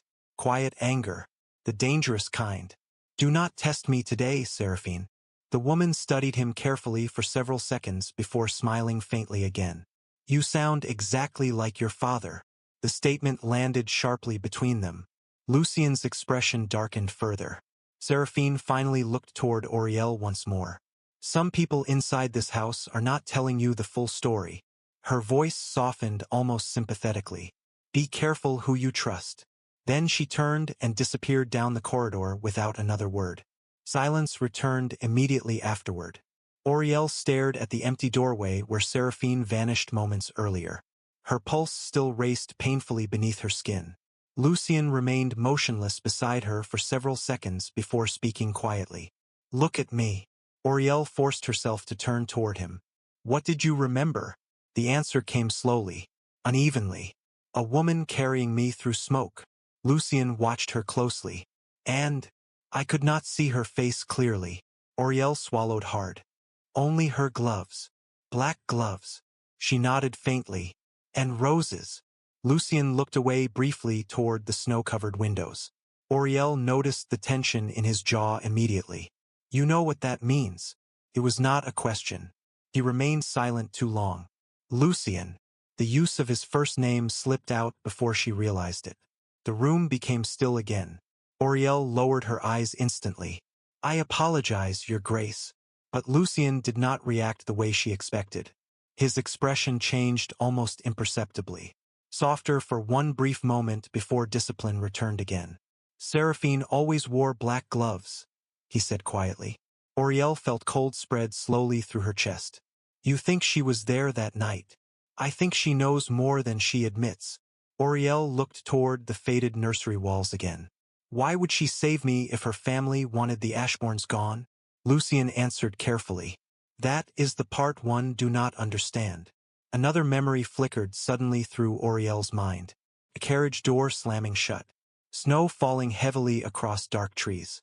Someone crying beside her. She closed her eyes tightly against the sharp ache behind them. Lucien noticed immediately. Another memory? Only pieces. Her voice trembled despite her efforts to steady it. "Everything feels broken apart." Lucien stepped closer but stopped before touching her again. "Memory returns slowly after trauma." Auriel laughed softly once beneath her breath. The sound carried no humor. "You speak as though this has happened before." "It has." She looked toward him sharply. "To you." His expression shuddered instantly. No, the answer ended the conversation before it could continue. Auriel recognized the wall in his voice immediately. Everyone inside Blackmere Hall carried ghosts. Lucien simply carried his more quietly than most. Evening settled early over the manor beneath heavy gray skies. Snowfall thickened again across the cliffs while servants lit fireplaces throughout the estate one by one. Auriel spent the remainder of the afternoon unable to focus on her duties. Every corridor inside Blackmere now triggered fragments of memory she could not fully control. A staircase, a melody, a scent, small pieces of another life rising slowly toward the surface. By dinner hour she found herself back near the Eastern Music Room almost without realizing how she arrived there. The hallway stood empty. Firelight flickered softly against the dark wood walls while distant conversation drifted faintly from the lower drawing rooms. Auriel stopped outside the piano room door. The same strange familiarity tightened quietly around her chest. Then music began inside. Soft piano notes. The same lullaby Lucien played days earlier. Auriel pushed the door open slowly. Lucien sat alone beside the grand piano beneath low candlelight. His coat rested discarded across one chair while snow moved faintly beyond the tall windows behind him. He did not look up immediately when she entered. His fingers continued moving across the keys with controlled precision. Auriel stood silently near the doorway listening. The melody hurt somehow, beautiful and sad in equal measure. When the final note faded, Lucien finally spoke without turning around. "You came back." Auriel stepped farther inside. "The song feels familiar." Lucien rested his hands lightly against the piano keys. "Your mother used to play it every winter."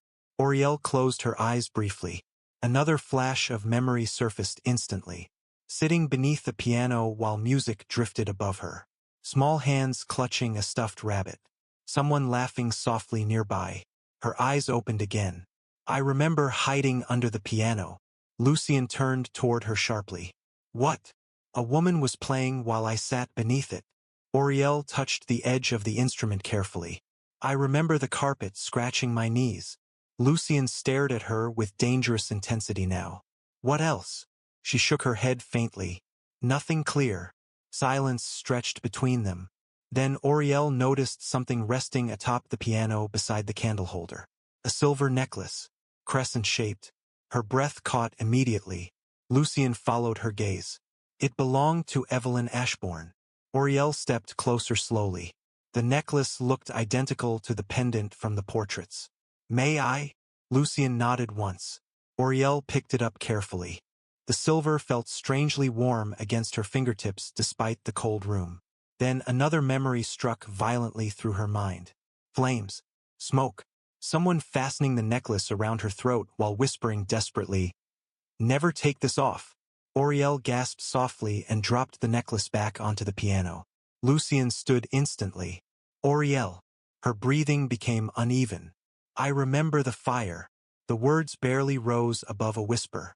Images crashed through her mind now in broken flashes. Smoke filling corridors. Servants shouting.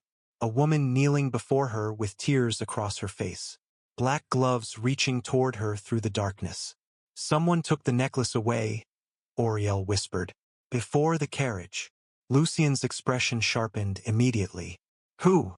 Auriel pressed trembling fingers against her temple. "I do not know." Another image appeared suddenly. A man arguing loudly somewhere beyond the smoke. A crest ring flashing beside firelight. Wolves engraved in silver. Auriel looked toward Lucien in shock. There was a raven's hire there that night. Lucien went completely still. "What did you say?" "I saw your family crest." Her voice shook harder now. "Someone from Blackmere was inside Ashbourne Manor during the fire." Silence consumed the music room. The implications settled slowly between them like falling snow. Lucien's face became unreadable. Auriel realized immediately what frightened him. If a Ravenshire stood inside Ashbourne Manor the night the fire began, then Blackmere itself might have been involved. Lucien looked away first toward the dark windows. "My father told me the Ravenshyres tried to protect the Ashbournes." Auriel tightened her grip against the piano edge. "And if he lied?" The question landed harder than accusation. Lucien's jaw tightened faintly. "He would not." Yet the certainty in his voice no longer sounded complete. Auriel saw it immediately. Doubt. Small but real. Then sudden footsteps echoed rapidly outside the music room. Both of them turned just as Mrs. Holomere appeared breathless in the doorway. Panic broke through her composure for the first time since Auriel met her. "Your Grace." Lucien stepped forward instantly. "What happened?" The housekeeper looked directly toward Auriel with visible alarm. "Someone entered the lower archives again." Silence. Then Mrs. Holomere finished quietly. "And the Ashbourne inheritance records are gone." When people begin destroying records, it means the truth has finally become dangerous. The Eastern Music Room emptied within seconds after Mrs. Holomere delivered the news. Lucien crossed the corridor immediately with the housekeeper beside him, while Auriel followed several steps behind, her pulse hammering painfully against her ribs. Snow rattled softly against the manor windows as they descended the narrow eastern staircase toward the lower archives beneath Blackmere Hall. The estate had grown unnaturally quiet. Most guests from the winter assembly remained asleep in their chambers, while only a handful of servants moved through the distant corridors carrying firewood and fresh tea trays. Yet beneath the silence, tension spread through the manor like smoke. By the time they reached the lower records chamber, 2 footmen already stood outside the archive doors looking visibly uneasy. Lucien entered without speaking. Auriel stopped in the doorway behind him. The room smelled of old paper and candle wax. Shelves stretched floor to ceiling across stone walls lined with centuries of estate records, inheritance ledgers, birth certificates, and sealed legal documents belonging to northern noble families. One cabinet near the rear wall stood open. Empty folders littered the desk beside it. Lucien's expression hardened instantly. Which files were taken? Mrs. Holomere stepped toward the scattered papers with trembling restraint. Ashbourne inheritance claims, birth records, land succession documents. Auriel noticed one folder still lying half open near the edge of the desk. Lucien picked it up immediately. Empty. Only a faded label remained. Aurelia Ashbourne. The sight made cold spread through Auriel's chest. Lucien looked toward the footmen. "Who entered this room tonight?" "No one, Your Grace," one man answered nervously. "The corridor remained empty all evening." Lucien's gaze sharpened dangerously. "Then explain the missing records." Neither servant spoke again. Mrs. Holomere quietly dismissed them moments later, leaving only the 3 of them inside the archive chamber. Auriel moved slowly toward the open cabinet. Dust still lingered along the wooden shelves except for one clean space where the files had clearly been removed recently. Someone knew exactly what they were searching for. "Lord Cedric," Auriel whispered. Lucien remained silent beside the desk. "Perhaps," he finally answered. "Or Seraphine." Auriel turned toward him sharply. "You believe she ordered this?" "I believe the Valets are trying to erase evidence before confirmation becomes official." "Official?" Lucien opened another ledger lying across the table. "If the Ashbourne heir still lives, every inheritance agreement signed after the fire becomes vulnerable to legal challenge." Auriel struggled to fully understand the implications. "Meaning?" Lucien looked directly at her. "Meaning someone gained enormous wealth after the Ashbourne family disappeared." Silence settled heavily inside the archive chamber. Auriel glanced again toward the empty shelf where her records once existed. Her records. The thought alone still felt impossible. "And if those papers vanish completely?" she asked quietly. Lucien's expression remained cold. "Then proving your identity becomes significantly harder." Auriel lowered her gaze. Fear moved deeper through her now. Not only fear for herself. Fear of becoming trapped between families powerful enough to erase entire histories. Mrs. Holomere suddenly spoke from near the rear shelves. "Your Grace." Lucien crossed toward her immediately. Auriel followed. The older woman held a single folded page she apparently discovered beneath the cabinet. One corner looked torn as though someone dropped it while searching in haste. Lucien accepted the paper carefully and unfolded it beneath the candlelight. Auriel saw his expression change almost imperceptibly. "What is it?" she asked. Lucien handed her the document without answering. Auriel looked down slowly. The page contained a private correspondence dated 18 years earlier. Several lines had faded with age, but one sentence remained painfully clear. If the child survives, Blackmere must never discover where she is taken. Auriel stared at the words. Taken where? Lucien's jaw tightened faintly. The rest is missing.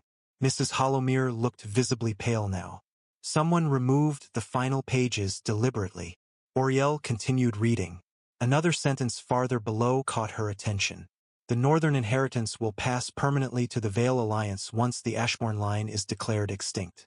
Her breathing slowed painfully. The Valles inherited Ashbourne property. Lucien answered immediately. Partially. Then Seraphine lied. Yes. The certainty in his voice unsettled her more than anger would have. Auriel looked toward him carefully. Did your father know? Lucien remained quiet several seconds before answering. I believe he suspected. But he never stopped them. The question escaped before she could soften it. Silence followed. Lucien looked away first toward the shadowed shelves lining the archive walls. By the time he understood the extent of it, the Ashbourne fire had already happened. Something in his expression stopped Auriel from speaking further. Guilt, old and deeply buried. The kind passed from one generation to another until no one remembered where it began. A sudden noise echoed faintly above them. Footsteps. Lucien reacted instantly. Stay here. He moved toward the staircase without hesitation. Auriel followed anyway despite the command. Mrs. Hollowmere called after them softly, but neither stopped. The upper eastern corridor stood empty when they emerged from the archive stairs. Candlelight flickered against dark wood walls while snow battered the tall windows overlooking the cliffs. Another sound echoed somewhere deeper inside the manor. A door closing quickly. Lucien crossed the corridor at once toward the west gallery.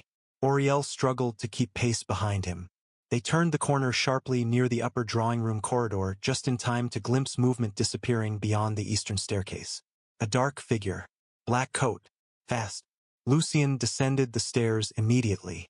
Auriel followed despite the dangerous speed. The figure vanished again near the lower gallery before finally stopping at the entrance hall doors. Cedric Vale turned slowly beneath the chandelier light. Snow drifted through the partially opened front entrance behind him. He looked almost amused to find them there. Lucien. His calmness felt unnatural. Lucien stopped several feet away. Leaving early? Cedric adjusted his gloves casually. I suddenly remembered business in London. Lucien's eyes lowered briefly toward the leather satchel in Cedric's hand. Search his belongings, he ordered the nearby footmen. Cedric laughed softly. Careful. Open the bag. Or what? Lucien stepped closer. The atmosphere inside the entrance hall shifted instantly. Every servant nearby became completely motionless. You entered my archives without permission, Lucien said quietly. You stole private estate records.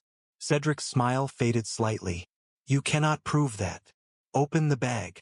For one long second neither man moved. Then Cedric handed the satchel toward the footman himself with visible irritation. The servant searched it quickly beneath the chandelier light.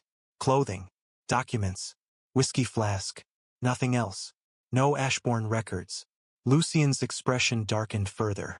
Cedric took back the satchel calmly. Satisfied? Auriel watched carefully from the staircase landing above. Something felt wrong. Too easy. Cedric looked upward suddenly and met her eyes directly across the entrance hall. You should ask him about the Ravenshire's before trusting them completely, he said softly. Lucien's voice cut through the room like ice. Leave Blackmere. Cedric smiled faintly again. Gladly. He turned toward the open doors where snow and darkness waited beyond the estate. Then he paused one final time. One more thing, Lucien. Lucien did not answer. Cedric glanced back toward Auriel. The girl remembers more than you think. Then he disappeared into the storm outside. Silence consumed the entrance hall after the doors closed behind him. Auriel slowly descended the remaining staircase steps. Lucien remained motionless near the entrance, staring toward the snow beyond the glass doors. He took the records, Auriel said quietly. Yes, but not with him. Lucien looked toward her at last. No, unease settled immediately through her chest. Then where are they? Before Lucien could answer, another voice entered softly from the shadows near the west corridor. Perhaps I can help with that. Both of them turned immediately. Seraphine Vale stepped into the chandelier light wearing a dark silk dressing gown over her evening attire, as though she had been awake waiting for this exact moment. Her expression remained calm. Too calm. She looked toward Auriel with unsettling gentleness. "You deserve to know the truth." Lucien's face hardened instantly. "Do not play games tonight, Seraphine." She ignored him completely. Her eyes never left Auriel. "The records were removed because someone inside Blackmere has been lying to you from the beginning." Auriel felt the air tighten painfully around her. "What are you talking about?" Seraphine stepped closer slowly. "You keep asking who carried you away from the fire." Silence filled the hall. Seraphine's voice lowered almost to a whisper. "It was not a veil." Auriel stared at her. "Then who?" Seraphine looked directly toward Lucien Ravensheyer before answering. "It was his father. The cruelest betrayals are often committed by the people trying to save you." Silence spread through the entrance hall after Seraphine's words. Snow swirled violently beyond the tall glass doors while chandelier light reflected across the marble floors of Blackmere Hall. Auriel stood frozen near the staircase, unable to breathe properly for one terrible second. It was his father. The sentence echoed painfully inside her mind. Lucien's expression became unreadable, completely still. Seraphine watched him carefully before turning toward Auriel again. "You deserve honesty after everything that has been hidden from you." Lucien's voice cut sharply through the hall. "Enough." Seraphine ignored him. "The night Ashbourne Manor burned, your father did not vanish by accident." Auriel's eyes moved slowly toward Lucien. "Is that true?" He remained silent. That frightened her more than denial would have. "Lucien." Her voice trembled slightly now. "Tell me." He finally looked at her. "My father removed you from the estate before the fire spread." Auriel felt cold settle deep into her chest. "Why?" Lucien's jaw tightened faintly. "Because he believed someone intended to kill every remaining Ashbourne heir." Seraphine laughed softly beneath her breath. "That is the version he told his son." Lucien stepped toward her instantly. "Be careful." "Or what?" Seraphine's composure sharpened now beneath the chandelier light. "You still refuse to admit what truly happened 18 years ago." Auriel looked between them in growing confusion. "What are you talking about?" Seraphine's eyes softened unexpectedly as they settled on Auriel's face. "Your mother trusted the Ravenshires." Her voice lowered quietly. "That trust destroyed her." The statement struck like ice water. Auriel stared at her. "No," Lucien answered immediately. "She is lying." "Am I?" Seraphine folded her hands calmly before her. "Then explain why your father hid the child instead of revealing her survival." Lucien said nothing. Seraphine continued. "Explain why he erased her identity completely." Auriel's breathing became shallow again. "Erased." Seraphine nodded slowly. "You were not hidden only for protection." Her eyes darkened slightly. "You were hidden because your existence threatened powerful people, including Blackmere itself." Lucien's voice dropped dangerously low. "You are manipulating half-truths." "No," Seraphine looked directly at him now. "I am simply less sentimental about your father's decisions than you are." Silence swallowed the entrance hall once more. Auriel could hear only the storm outside and the faint ticking of the massive grandfather clock near the western staircase. Her thoughts had become tangled beyond reason. Lucien's father saved her, hid her, erased her identity. None of it fit together cleanly anymore. "Why would he hide me from Blackmere?" she whispered. Seraphine answered first. "Because once the Ashbourne line disappeared officially, the Ravenshires gained control over northern trade routes tied to Ashbourne lands." Lucien's eyes flashed coldly. "Temporary control. Still profitable control." Auriel looked toward him slowly. "Is that true?" Lucien held her gaze several seconds before answering. "Partially." The honesty hurt more than lies would have. Auriel stepped backward instinctively. "So Blackmere benefited from my disappearance." "Not intentionally." Seraphine's smile returned faintly. "Intentions become very flexible when estates are involved." Lucien moved toward Auriel immediately. "Listen to me." She looked at him carefully. "Should I?" The question landed harder than accusation. Something shifted briefly in his expression then. Not anger, pain. Quiet and quickly buried. My father believed keeping you hidden was the only way to keep you alive, he said calmly. And you? Auriel asked softly. What do you believe now? Lucien answered without hesitation. That someone is trying to finish what began 18 years ago. The certainty in his voice unsettled her deeply because part of her already believed him. Yet another part could no longer ignore the possibility that every family inside Blackmere Hall carried guilt connected to her stolen life. Seraphine watched the exchange carefully before speaking again. There is more. Lucien turned sharply toward her. You have said enough. No, Seraphine's composure cracked slightly for the first time.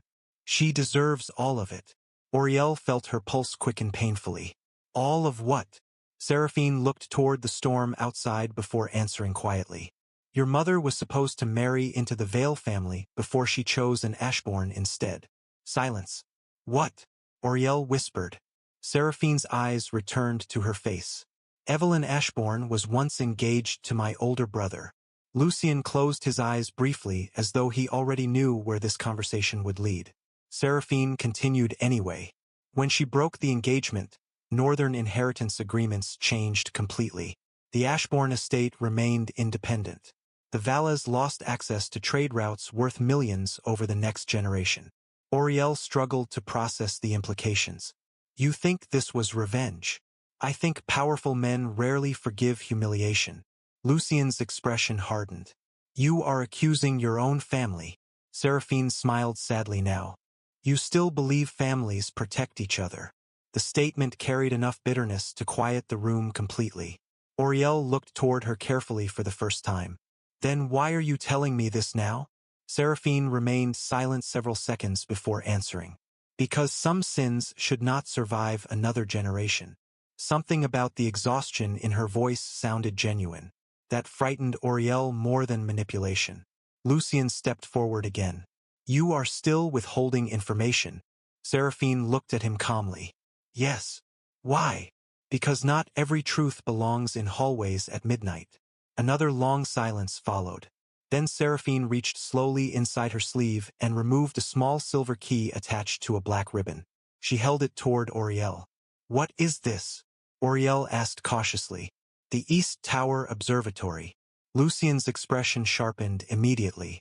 Seraphine, your father locked it after the fire, she said quietly to him without looking away from Auriel. No one has entered since. Auriel hesitated before accepting the key. The silver felt cold against her fingertips. Why give this to me? Seraphine's eyes darkened slightly. Because some memories were hidden there intentionally. Lucien stepped closer instantly. You do not know what is inside. Neither do you. Seraphine lowered her voice. But your father visited that room every winter until the day he died. Silence fell again. Heavy and uncertain. Auriel stared down at the small silver key resting in her hand. Somehow it felt heavier than metal should. If there are answers there, she whispered. Why did no one tell me sooner? Seraphine looked toward Lucien before answering softly. Because the truth changes people. Then she turned and disappeared down the western corridor before either of them could stop her. The entrance hall grew silent once more after she left. Auriel remained staring at the key, while snow battered the windows beyond the estate doors. Lucien stood several feet away now, watching her with unreadable restraint. Do you trust her? Auriel asked quietly. He answered honestly. No. But you think the observatory matters? Yes. Auriel closed her fingers slowly around the silver key. Then I want to see it. Lucien studied her another moment before nodding once. Not tonight. Why? His eyes shifted briefly toward the darkened upper corridors of Blackmere Hall. Because if Seraphine suddenly wants you to discover something, I need to understand why first. Auriel frowned faintly. You think it is a trap. I think every person connected to the Ashbourne fire has spent 18 years protecting themselves. The statement settled heavily between them. Auriel looked down at the key again. And what about you? Lucien's expression tightened almost imperceptibly. What about me? What are you protecting? Silence answered first. Then he spoke quietly enough that only she could hear. You. The simplicity of the word unsettled something deep inside her chest. Lucien looked away immediately afterward as though the admission escaped before he intended it to. Then another memory surfaced suddenly through Auriel's mind. A man kneeling before her beside firelight long ago. Gray eyes. A raven's hire crest ring. A voice sang softly, "You must never return to Blackmere until it is safe." Auriel looked toward Lucien in shock. "Your father knew where I was taken." Lucien's face changed instantly. "What did you remember?" Her breathing became uneven again. "He told someone not to bring me back here." Silence consumed the entrance hall. Then Lucien spoke very quietly. "Which means he feared Blackmere too. The truth does not free people immediately. First, it ruins everything they believed." Snow continued falling through the night over Blackmere Hall. By dawn the cliffs surrounding the estate had disappeared beneath white fog so thick the sea itself vanished from sight. The manor felt suspended outside time. Silent corridors. Dim fireplaces. Servants moving quietly as though afraid to disturb whatever invisible tension had settled over the house since the winter assembly. Auriel barely noticed any of it. She remained awake most of the night inside her small servant chamber staring at the silver key Seraphine had given her. The East Tower Observatory. Hidden memories. Locked rooms. Every answer seemed to lead only toward another secret waiting beneath it. Shortly after sunrise, a soft knock sounded against her door. Auriel opened it immediately. Lucien stood outside alone wearing a dark wool coat still dusted lightly with snow. His gray eyes looked colder than the winter morning behind him. "Come with me," he said quietly. Auriel nodded without question. The manor remained nearly empty at this hour. Only a few servants crossed the lower corridors carrying breakfast trays toward guest chambers. Lucien led her upward through the eastern staircase instead of toward the main halls. Higher, narrower, older. The air became colder with every floor they climbed. Auriel realized gradually that she had never been this far inside Blackmere Hall before. The eastern tower stood isolated from the rest of the estate by thick stone walls and locked passageways rarely used anymore. Finally Lucien stopped before a dark iron door beneath the top stair landing. Dust coated the lock heavily. No servant had touched this entrance in years. Auriel slowly opened her hand and revealed the silver key resting against her palm. Neither of them spoke while she inserted it into the lock. The mechanism turned stiffly with age. Then the heavy door opened inward. Cold air drifted immediately from the darkened room beyond. The observatory was circular and enormous. Tall windows curved around the tower walls overlooking the frozen cliffs and distant sea. Dust-covered furniture rested beneath white sheets while shelves lined with old books disappeared into shadows near the ceiling. At the center of the room stood a large brass telescope pointed toward the gray horizon. Auriel stepped slowly inside. The room felt strangely familiar. Not through memory exactly. Through emotion. Loneliness. Silence. Waiting. Lucien closed the tower door behind them quietly. "My father spent hours here after the fire," he said. No one understood why. Auriel moved carefully farther into the room. Dust shifted softly beneath her shoes. Near the windows rested a wooden desk covered with old maps and sealed journals tied together with faded black ribbon. One chair sat pulled slightly away from the desk as though someone rose from it and never returned. Auriel stopped beside it slowly. Another memory flickered through her mind. Gray winter light. A man seated at this exact desk holding his head in exhausted silence while she stood nearby watching him. Her breath caught softly. "I have been here before." Lucien looked toward her sharply. "What did you remember?" Auriel touched the back of the old chair carefully. "Your father." Silence filled the observatory. "He was sitting here." The first pages contained astronomical notes and estate observations written in elegant black ink. Then the handwriting changed abruptly several chapters later. Messier. Uneven. Desperate. December 23, 1809. The child survived. Auriel froze. Lucien stepped beside her immediately. Together they read the faded pages beneath pale winter light. Evelyn is dead. Ashbourne Manor is gone. I have hidden the girl where neither the Valles nor Blackmere allies will search for her. Auriel's breathing became shallow again. Blackmere allies. Even the Duke's father feared people within his own circle. Lucien continued reading silently beside her. If the truth becomes public before the Northern agreements dissolve, the child will not survive long enough to inherit anything. Auriel looked upward slowly. He really believed I was in danger. Lucien nodded once. Yes. Another line near the bottom of the page caught Auriel's attention immediately. Seraphine knows more than she admits. The sentence chilled the room around them. Auriel turned another page quickly. The next entry had been written months later. I should never have trusted Alistair Vale inside Ashbourne that night. Lucien's face hardened instantly. Alistair. Auriel looked toward him. Seraphine's brother. Lucien nodded slowly. The man Evelyn was originally meant to marry. Auriel continued reading with trembling hands. He arrived before the fire spread. He claimed he came to help evacuate the household. I believed him until the west wing doors were sealed from outside. Silence swallowed the observatory completely. Auriel stared at the page in horror. The fire was planned. Lucien's voice remained cold and controlled beside her. Yes. Auriel looked farther down the entry. Another sentence had been underlined heavily by Lucien's father years ago. I removed the child before Alistair discovered she survived. Her breath stopped. Your father saved me. Lucien remained silent several seconds before answering. Yes. Emotion tightened painfully through Auriel's chest. All her life she believed she came from nothing.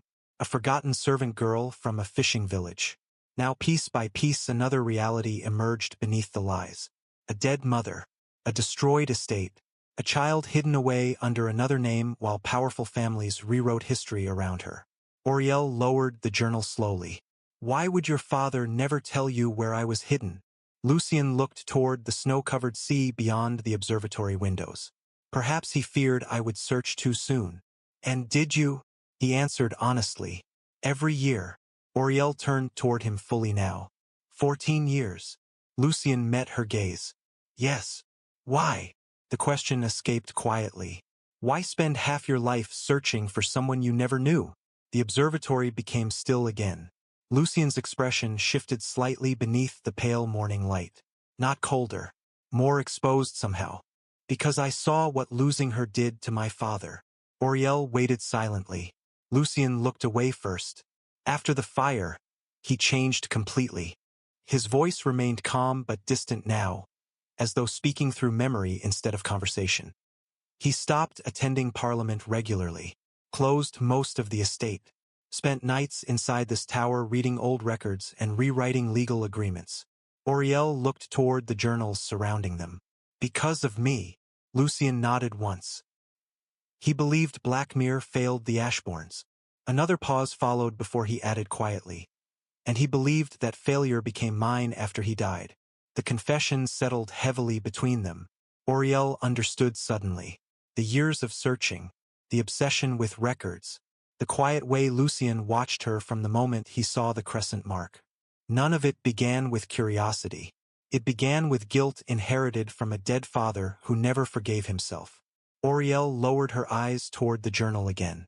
Tears threatened unexpectedly behind them, not because of wealth or inheritance or noble blood, because somewhere inside this cold tower room, she realized someone had spent 14 years trying to bring her home without even knowing what she looked like anymore.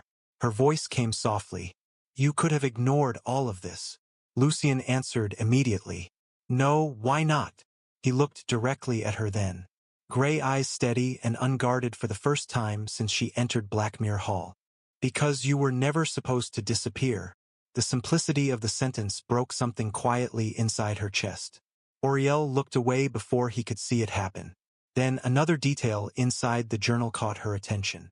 A folded page tucked between entries near the back. She carefully pulled it free. The paper contained a map of northern estates marked with ink circles and handwritten notes. One location had been crossed out repeatedly. Dunmere Village. Auriel stared at it in shock. My village. Lucien took the page slowly. His expression darkened instantly. Someone knew where you were hidden. Fear spread sharply through Auriel again. Then why did nothing happen? Lucien read farther down the page in silence before answering. Because my father moved you again before the Valets arrived. Auriel looked at him sharply. Moved me where? Lucien turned the page toward her. Another location had been marked farther south near the coast. Whitford Harbor. Oriel's breath caught painfully. My mother. Lucien nodded once. Your adoptive mother was not random. The realization settled heavily between them. The woman who raised her had protected her intentionally all those years. Hidden her. Lied for her survival. Oriel pressed trembling fingers against the edge of the desk. She knew everything.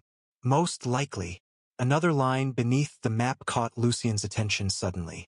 His expression sharpened instantly. Oriel. She looked up. He pointed toward a final note written hurriedly along the bottom margin. If anything happens to me, Lucien must never discover the truth until the girl returns willingly to Blackmere herself. Silence consumed the observatory. Oriel stared at the sentence in disbelief. Your father wrote that? Yes. Why keep it from you? Lucien folded the page slowly. Because he feared what knowing too early would turn me into. Oriel frowned faintly. What does that mean? Lucien's eyes lowered briefly toward the old journals surrounding them. He believed obsession destroys people. The answer lingered quietly between them. Then another realization surfaced slowly inside Oriel's mind. She looked toward him carefully. You already knew part of this before bringing me here. Lucien did not answer immediately. Yes. How much? Silence. Then he spoke quietly enough that the words almost disappeared into the winter air around them. Enough to recognize you the moment I saw the mark. Oriel stared at him in shock. You knew from the beginning. Lucien finally met her eyes again. I hoped. Some people spend their entire lives searching for home without realizing someone else has been searching for them too. The observatory remained silent after Lucien's confession. Pale winter light stretched across the dusty floorboards while snow drifted endlessly beyond the tower windows. Oriel stood motionless beside the desk. The old Ashbourne journals spread open between them like the remains of another life. I hoped.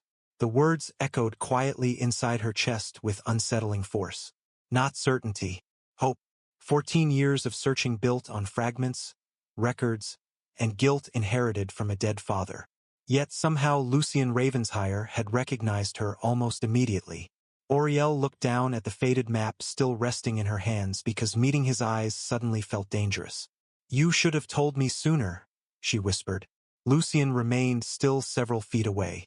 I needed proof. Or you needed control. The question slipped out before she could soften it. Silence followed. Lucien did not deny it. Oriel's chest tightened painfully. Everyone in this house knew pieces of my life except me.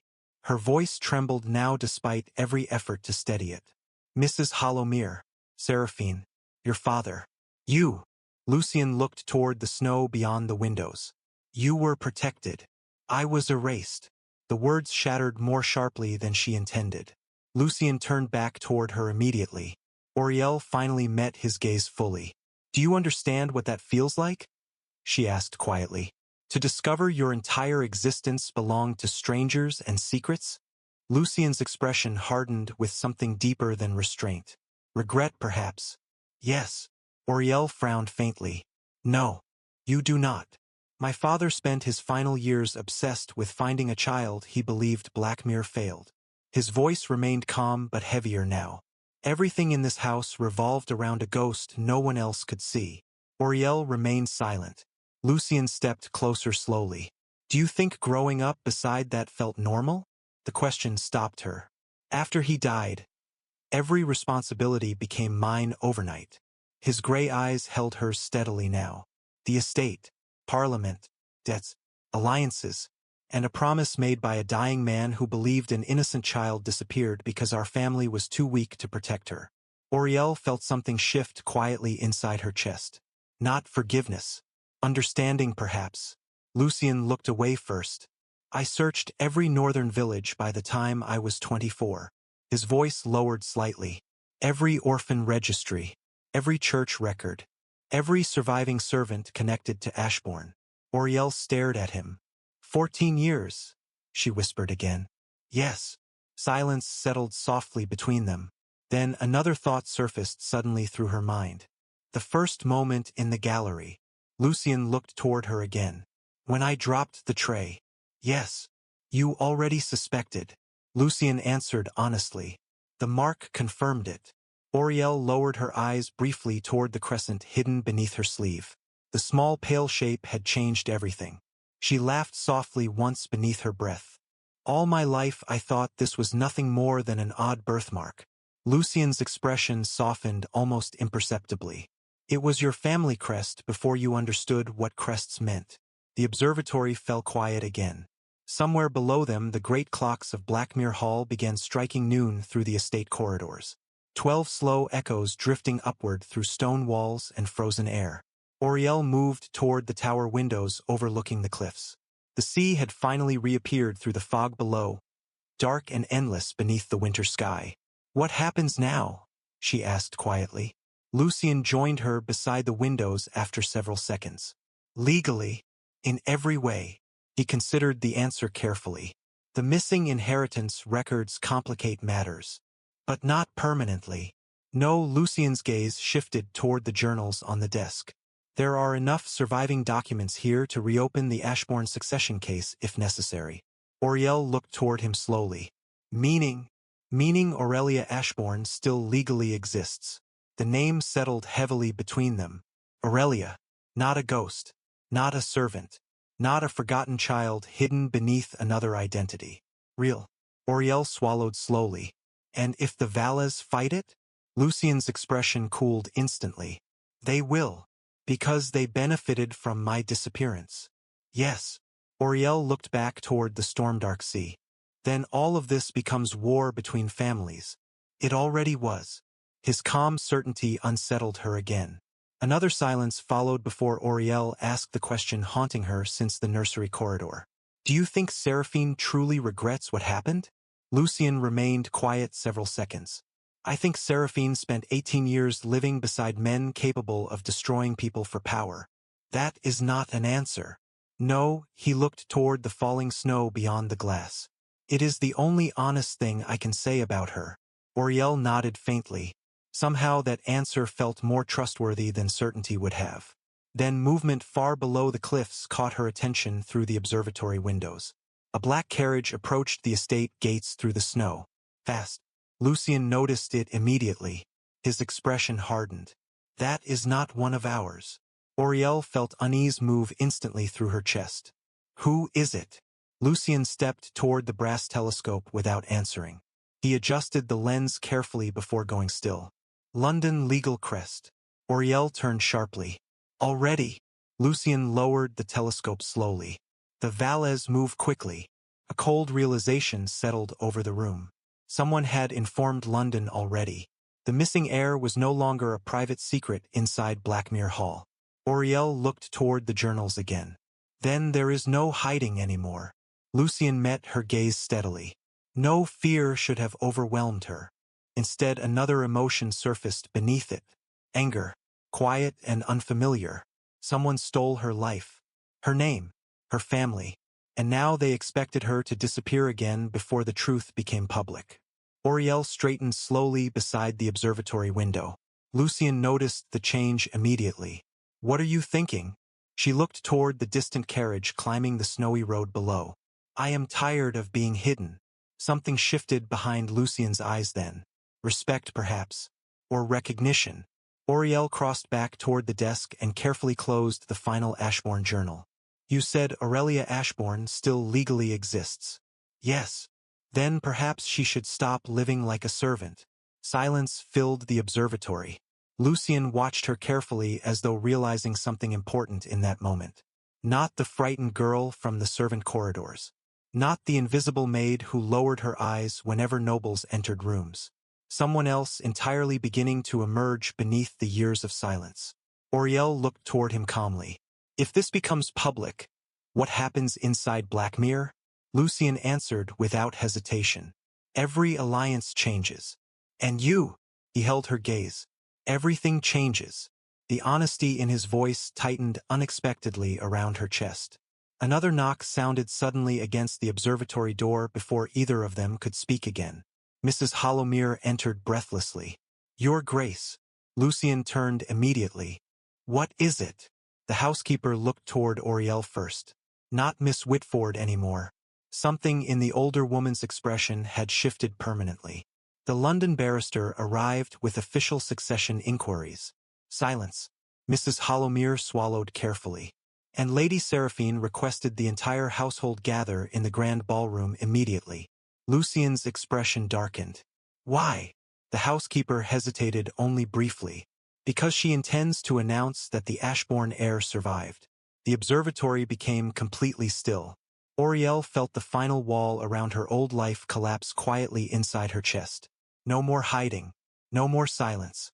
Down below, somewhere inside Blackmere Hall, servants were already lighting chandeliers and preparing the ballroom where nobles once ignored a floor made carrying silver trays through crowded corridors.